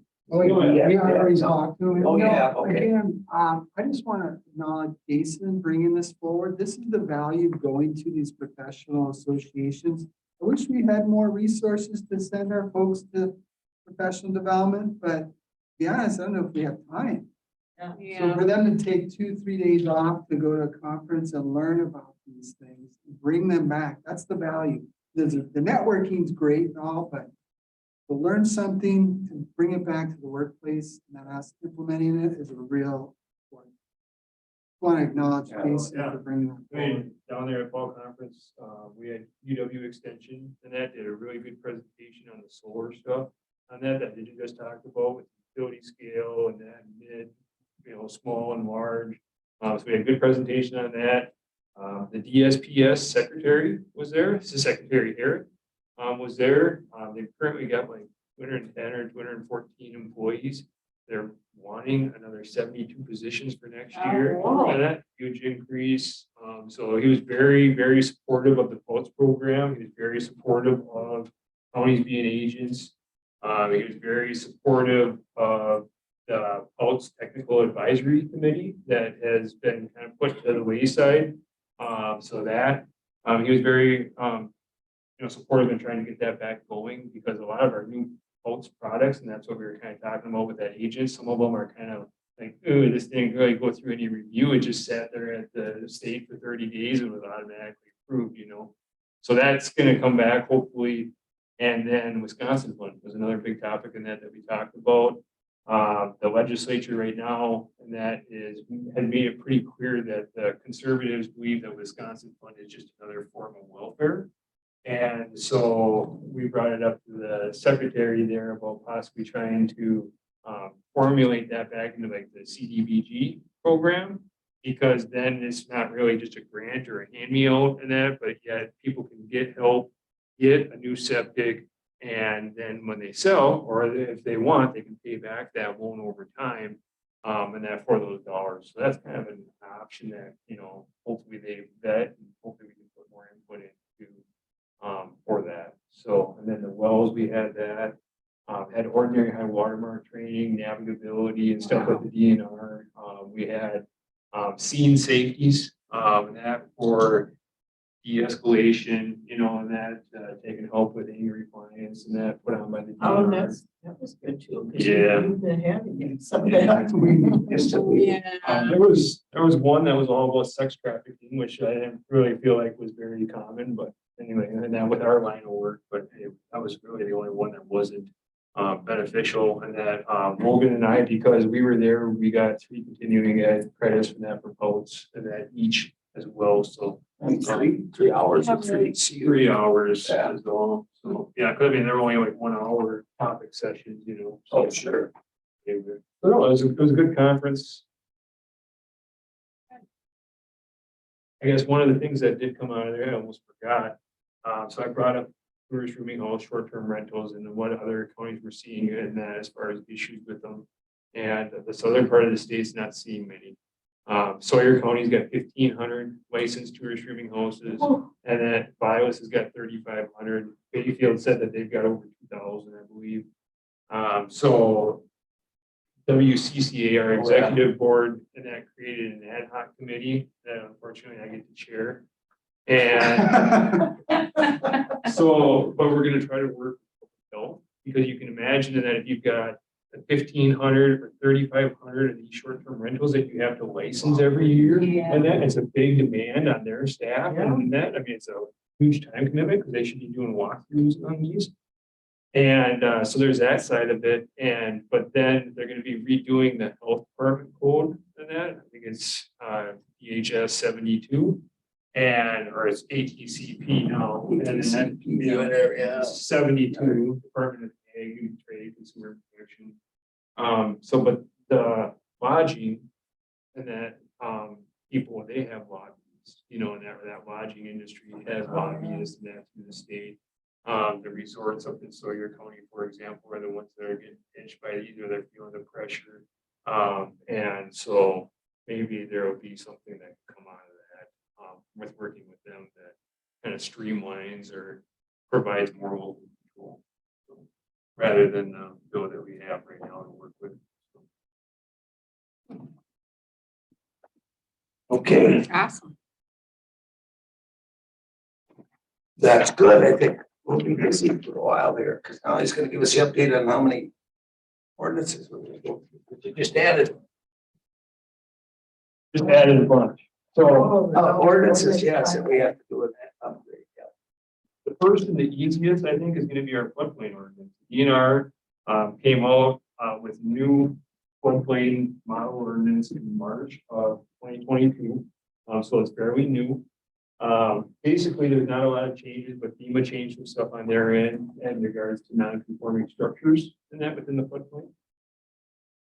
We do, and or we have in the past, basically adopted, the DNR's model ordinance. But I showed Bob, it's multicolored. We have to go through and we have to pick which one applies to us, which one doesn't.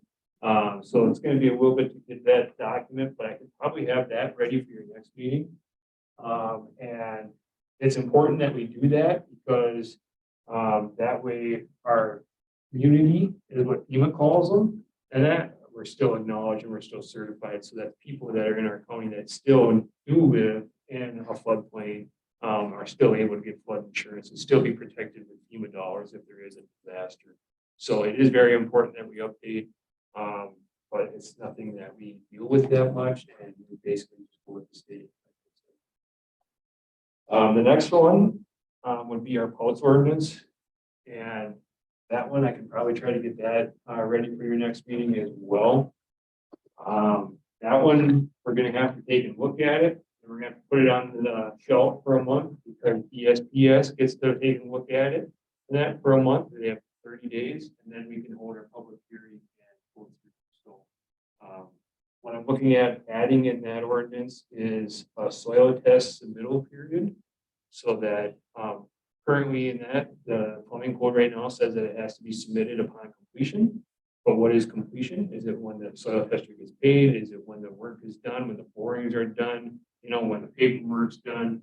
So we need to define that period because what we've got going on right now is a few soil testers and that hold the soil test because they're also plumbers. And they hold that soil test because then they can't give that soil test out.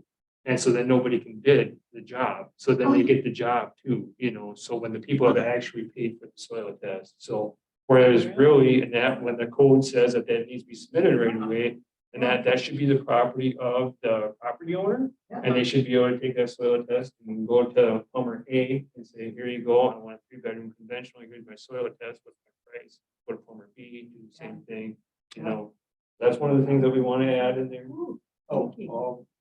I do. You don't get paid like that.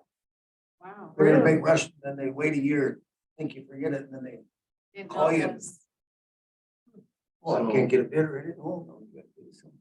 And one of the things I want to clarify is in there is a tourist rooming house is considered a commercial use in the Polk world. And so then I want to include some kind of general provision or underneath our commercial uses that tourist rooming house basically if it's being used as such needs to have a state approved plan whenever they go to replace their system. So it's not going to kick in that right away, but it would kick in down the road. Another reason why I want to really commercial systems and that as part of our status. So and then I'm gonna have to. So that's include interesting, if that's considered commercial. We're giving license out to people who do commercial work on a residential lot. Yeah. We gotta kind of figure out how that definition is gonna That's fit. tying into more of our shoreline stuff. And That ties into everything anywhere. If it's residential and they're renting it, we're calling it. You know, That's where I want to permit think. I to want fix to. something, we gotta get a commercial license for it. I want to Isn't make that that very interesting? clear. It is. See what I'm interesting, saying? isn't it? That's Yeah. gonna be catch It 22. seems like these short-term rental people are the ones that are believers that the squeaky wheel gets the grease. So I just want to- So, Yeah. Yeah, definition wise, here it is. So those two are pretty good. The renewable, I'm not gonna have that ready. Not like a next meeting and that meeting. Well, some of these, should we just have highlights just to read to get going, like the rural address one is pretty much done. Rural address one is done Goes to to public you, safety. and that one's going to. So public that safety. goes to them. Yeah, I'll talk to them, we'll get that on their agenda for public hearing in January. So yeah, Yeah. we're really just looking at maybe your first review with CUP for renewable.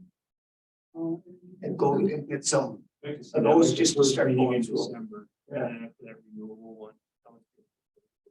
that's gonna take some time. We can at least take Clark County's work And go through it. and share with you at the next meeting. Yeah. Because like you said, the floodplain, maybe that'll be done and the house. We can work through a couple of these, see them ahead of time, just start. Because even the pouch one, you're gonna have to amend to get your certification agent status too, so that We're would. trying to keep that very general.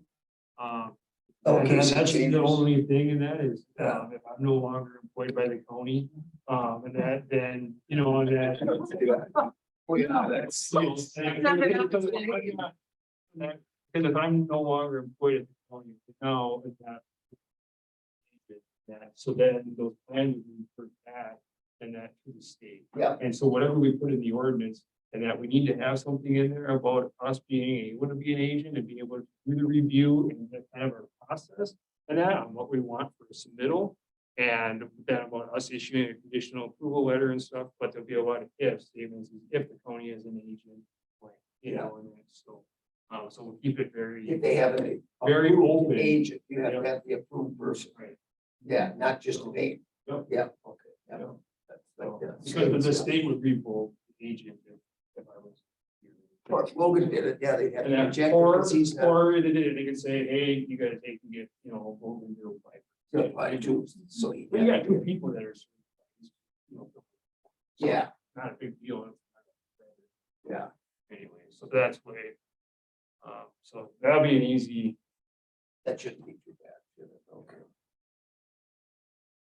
and then, yeah, we'll get into the shoreline and the comp, and that the DNR is gonna be doing a new model ordinance.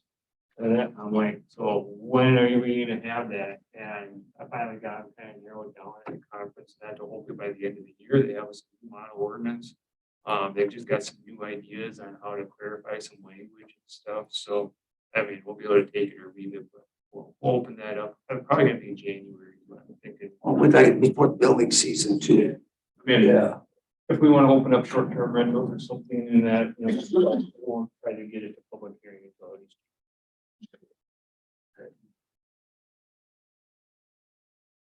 And that one needs to be certified by the DNR as well. So, Yeah. the short one does. That's a 30-day review. Okay, yeah, that's almost reviewed. Okay. Well, that keeps us pretty much on track, you know, for ordinance season to separate. Well, just the work plan, we won't be much. No. Yeah, we're on task. We are on task. Yeah. All right. So now it's just update the trail pretty much. Yeah, I handed that out, I believe I did. Yeah. Been several hours. Yeah. That is. So Did I gave it? We almost get lunch, don't we? Yeah. I. Yeah.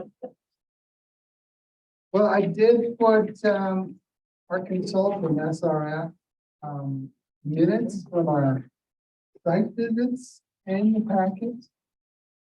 And there's that, we have some deliverables to give them, and we have followed up with their data requests, which is on page 2.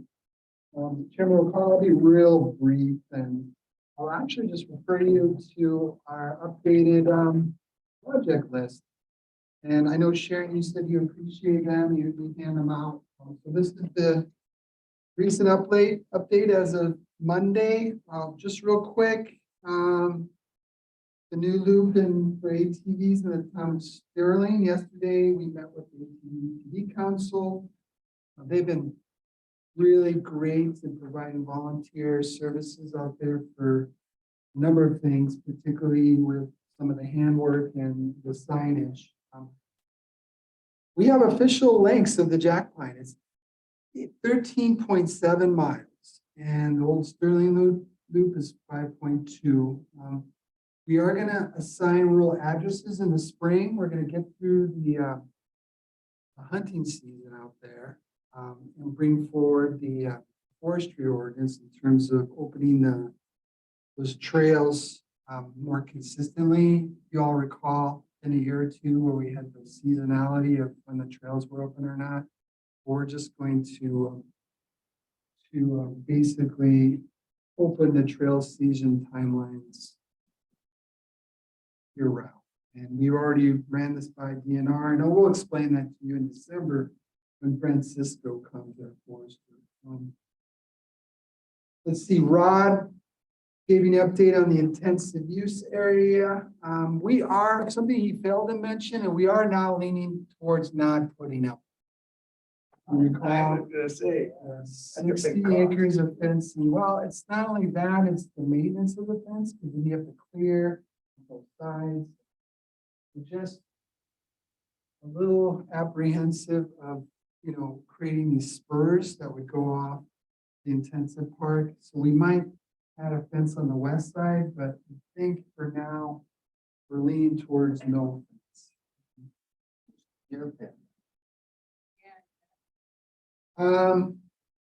And there's a lot of deer stands out there, that we'll be displacing, so there's that. The trailhead, Public and, land, they're supposed to be taken down. yeah, Okay. not after if they have their During the season, name, if they tagged it. if they have their Oh, it's name on mowing. it. So there's a- yeah, yeah. the number, Yeah, that's what and they're okay.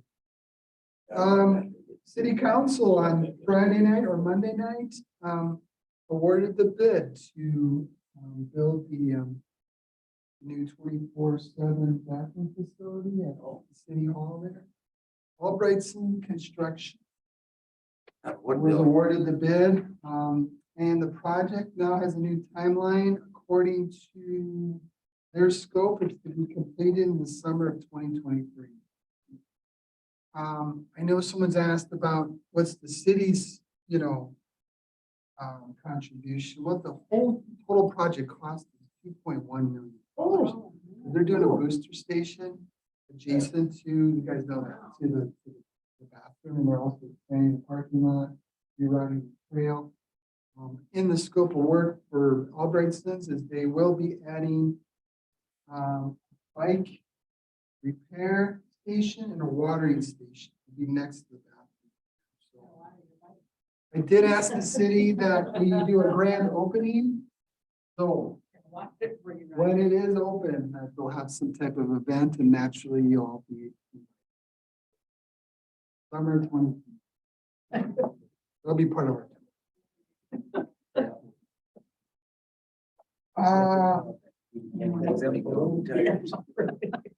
Milltown parking, No, go ahead. Milltown parking lot's completed. Parking lot out in Wanderers for the Stowers completed. We did talk to Mike Minty. He is going to install motion sensors south facing solar lighting this fall. There will be lighting out there. That's all that has yet to be completed. I don't know if you guys have driven past the old Woodland Dam property. Yeah, That is Are we gonna done. put trees on that, berm, or On the no? berm, yeah. Okay. Something that's probably, like a sumac, something that's, Yeah. pretty Like hardy. drowns out that whole. Yeah. I know sumac's been brought up. Yeah. Yeah, and it was nice to know that they are planning on doing the satellite toilet out there. I know one thing that remains, I think Rod did mention that, is that path and landing to the apple, yeah. Summers Lake. They pulled those culverts, coincidentally. World Supervisor, Old County Chair, Chris Nelson was meeting with Jason this morning, and we gave him an update on Summers. He was interested in that.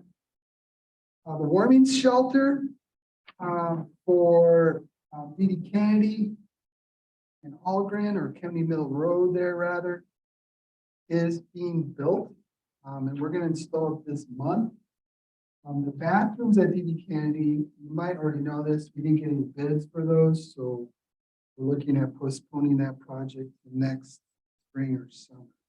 That's unfortunate, because those bathrooms really do need to get replaced. Yeah. Oh, front line. I said, didn't see the fire light or the fire ring on there, on the front page. Yeah. Yeah, the old three-sided, they got a nice place for it. We worked with the Balsam Branch Ski Club. They're really See pleased. that going up. The ski club volunteered to bring in flash wood.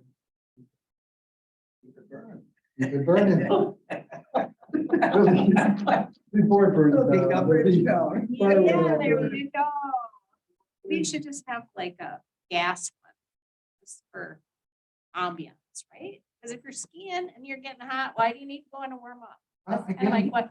even with that user group, they clear those trails a lot and have all this leftover real wood, so they thought, you know. Thought they'd burn it down. That's a good idea. Brilliant. When you stop to drink the wine, you gotta stay warm. We have had vandalism out in Sterling. In fact, Already? we talked about it, yeah. on Oh, you're Friday. kidding. Well, I talked with them at the meeting yesterday. On the new signage already.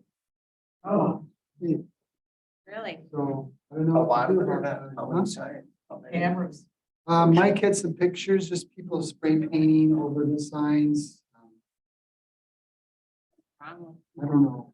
I mean, and spray paint's not cheap. No, it's And then not. they drive all the way out there to do that. Daggers, yeah. At least your mom and dad spray paint. It's cheap. Yeah, yeah. I don't know what to do about that. Doug, Johnson brought up, doing some outreach, like a news release or something. Then we learned the rec officer's been promoted, so. It's nice that you all funded a new rec officer, but it doesn't sound like. I don't know, there was a greater presence since you hired. A new rec officer. Yeah. Now that person's on patrol now, so I don't know what. It was fair. They moved one of their officers into the rec. Oh, Oh, that's good. I mean, that's really your best solution. they'll put it on Facebook. They'll brag about it. Yeah, that's almost a getting God. Yeah. They brag about doing stuff. Trail development for mountain bikers behind the high school in St. Croix Falls. The church there is supportive, working on a partial and permanent, not really a blanket easement, but it's just an easement where the trail is going to be built. They have done the site assessment and have mapped out the trails. The contractor's trail source out of Rosemont, so talking to the city administrator, they didn't know when it would start, but conservatively, that could be begin in the spring. You saw the feasibility study notes in your packet, put that in there. Again, the plan is to include 4 options on a connect St. Croix Falls to Burnett County line. 4 different alternative routes. Including in the scope of work is impact on the existing trail users rather, how to mitigate any conflicts. Looking at potential for shared use, as well as cost estimates, including the maintenance. Federal trail or whatnot, as part of the work. Community engagement is scheduled for this winter. In the scope of work, we're mandating that they meet with each of the municipalities and each of the trailers, sit down with the village boards, city councils, and learn about their perspectives. So there's that. And then about the pedestrian improvements. It's kind of really up in the air with the town of Garfield. Widening the 120th there until they get the culvert replaced. That trail will be. Your update. We posted it on the website, by the way, our new website. So Still learning our way around. Yeah. It's bad, like I wanted to just get to the calendar. All I wanted to do was look at the calendar. I got there. It just takes a while to. Takes a while to get, I'm getting used to having Shabana send it to me, so I don't care. I don't get it now, all of a sudden, I get anything now for a week. She sends me all that stuff. I don't have to do He's got his own personal secretary. Put a P on there. He didn't hear you. So our next meeting, which is November 16th, is that okay? Kim, can I transition to number 10 there? Yep. Okay, we'll have Mo or Rod come again, giving updates. They're really busy, by the way. This weather's been really helpful. Yes. Oh, my God. For zoning, we have a rezone in the town of Bone Lake. And then what And then, of course, we'll transition into Jason's suggestions, with the floodplain. Looking at the DNR model ordinance, pouts, adding a little bit of Renewable energy synergy. one is in here, so we Yeah, can and then kind the of first review that. review of the CUP for renewable energy. So those three ordinances will be on the agenda. Then some of these, if we get them, we can start reviewing, reading them and mark them up. Right, yeah, Yeah. so definitely with the renewable energy one. Some of those, yeah. Mhm.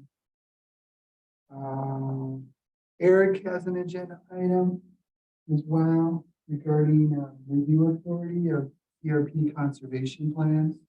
It's just a keeping thing. It allows him as county conservationist to opt out of that. Just leave it up to MRCS. And then I'll update the comprehensive trail network plan. And then Malia suggested 2 closed sessions. One to update you on the Stour litigation. And then, of course, the notice of claim from the Wisconsin Realtors Association, which I think you all got. Yeah. right? Yeah. So 2 items in closed session. Looking at 3 ordinances, 1 rezone. Doug is gonna give us an update on the North End. Oh, yeah, north. So he can give us an update. Thank you for, Yeah. Oh, Yeah. of course, I'm sure Carol got it. yeah. So, yeah, that's looking like a full agenda. Hey, guys, I mean. Oh, yeah. So much for hunting that second meeting Yeah. in November. Yeah. And that's what, the 16th. That's 2 weeks from today. yeah, I don't know if we'll go as long. Maybe. Maybe not. No, there's no tourist rooming house, so I think we got the first, that was always gonna. be yeah, but that's gonna be, longest. you know, Those are gonna be a little tough, because each one's a little specific. yeah, They're gonna take a little bit of, yeah, but I think if we can kind of show them what we did this one, here's what you gotta do, kind of get it more ahead of time. Deadline? No, No. all So they- those, Oh, the tourist all rooming those house? conditions on the tourist rooming house, and do all those to give it to people to start, go, here's what happened last time. You're gonna have to answer all these questions. I mean, That or the prepare them a little criteria. better, you know, scare them right away. Well, Prepare them, that- scare them, do whatever it is. You Well, know, I- here's what they're gonna ask you. Not scaring them though, that's the problem. Section 42, 149. Remember when you base your decisions on? Yes, but I mean, we still. That, you put the onus on the applicant to address those 12 items. Yeah, Yeah. yeah, Yes. that's what he's saying, that's what yeah. I'm saying. Okay. And that's here's the Yeah. questions that we could ask anyway. So I mean, like this one is, you know, everyone's gonna be a little specific. If you skip something, we're gonna shut you down and start you over, do whatever. So are we gonna see everybody that's doing the tours for me house come in and want to see if to do it different than what the ordinance is? Oh, the new. We've got quite a few permits in that haven't came through CUP. There's quite a few people that have been happy or fine with what the Oh, normal process. is. Yeah, There's one that's sold. Or they'll do it till they get caught. Yeah. And see if you can get 4 more months of rent and then get caught, pay $100 fine, who cares? I mean, 15,000, like the one gal said. yeah, Yeah. I'm losing 16,000 this month. Boom. Boom. I mean, they're making some good money. They'll take the chance. Especially if we give them 60 days, don't they? I mean, they're not afraid. Yeah. Well, What? we've done the boom thing, you know, on that, where we've shut them down, you know, on that, and when it's blatant or deliver it. And there's a concern in that for the renter's safety, because if you're renting for more people and that than what you're permitted for, then why do we have Ben Campbell doing the walkthrough? Why do we take and verify what the septic is sized for? Why is Brian Hobbs walking through the You channel? know, so that's where, you know, we have done it, so, and that, it is something that I'm gonna bring up administratively, and that when we look at our shoreline and then our revocation process. Because I think it does need some work, because so much of what we're doing, and that doesn't mean anything if we have to take and go through that warning, like, if I exceed the 180 days, I can do it every year until I get caught. and then I'm good, you Yeah. know, so. Yeah. And really in that, I think that puts a lot more burden on the surrounding property owners that they have to narc every time, every year in order to do that, when they really shouldn't have to. I mean, maybe the first time and that, I mean, obviously, but then after that, you know, I mean, it should be a penalty there, I think, so. A little bigger. I mean, it When should you be do just something. a year or intentionally, something, you Yeah. can't even so. apply or something. I think we gotta. Because when that lady said that. when I was kind of like bored. That's a business, that's good. I made a motion, we adjourn. Is there a second? Is there a second? Come on, you did every other one for her. All those in favor say aye. Aye. As long as I can't afford to come up here now. Holy shit. Yeah.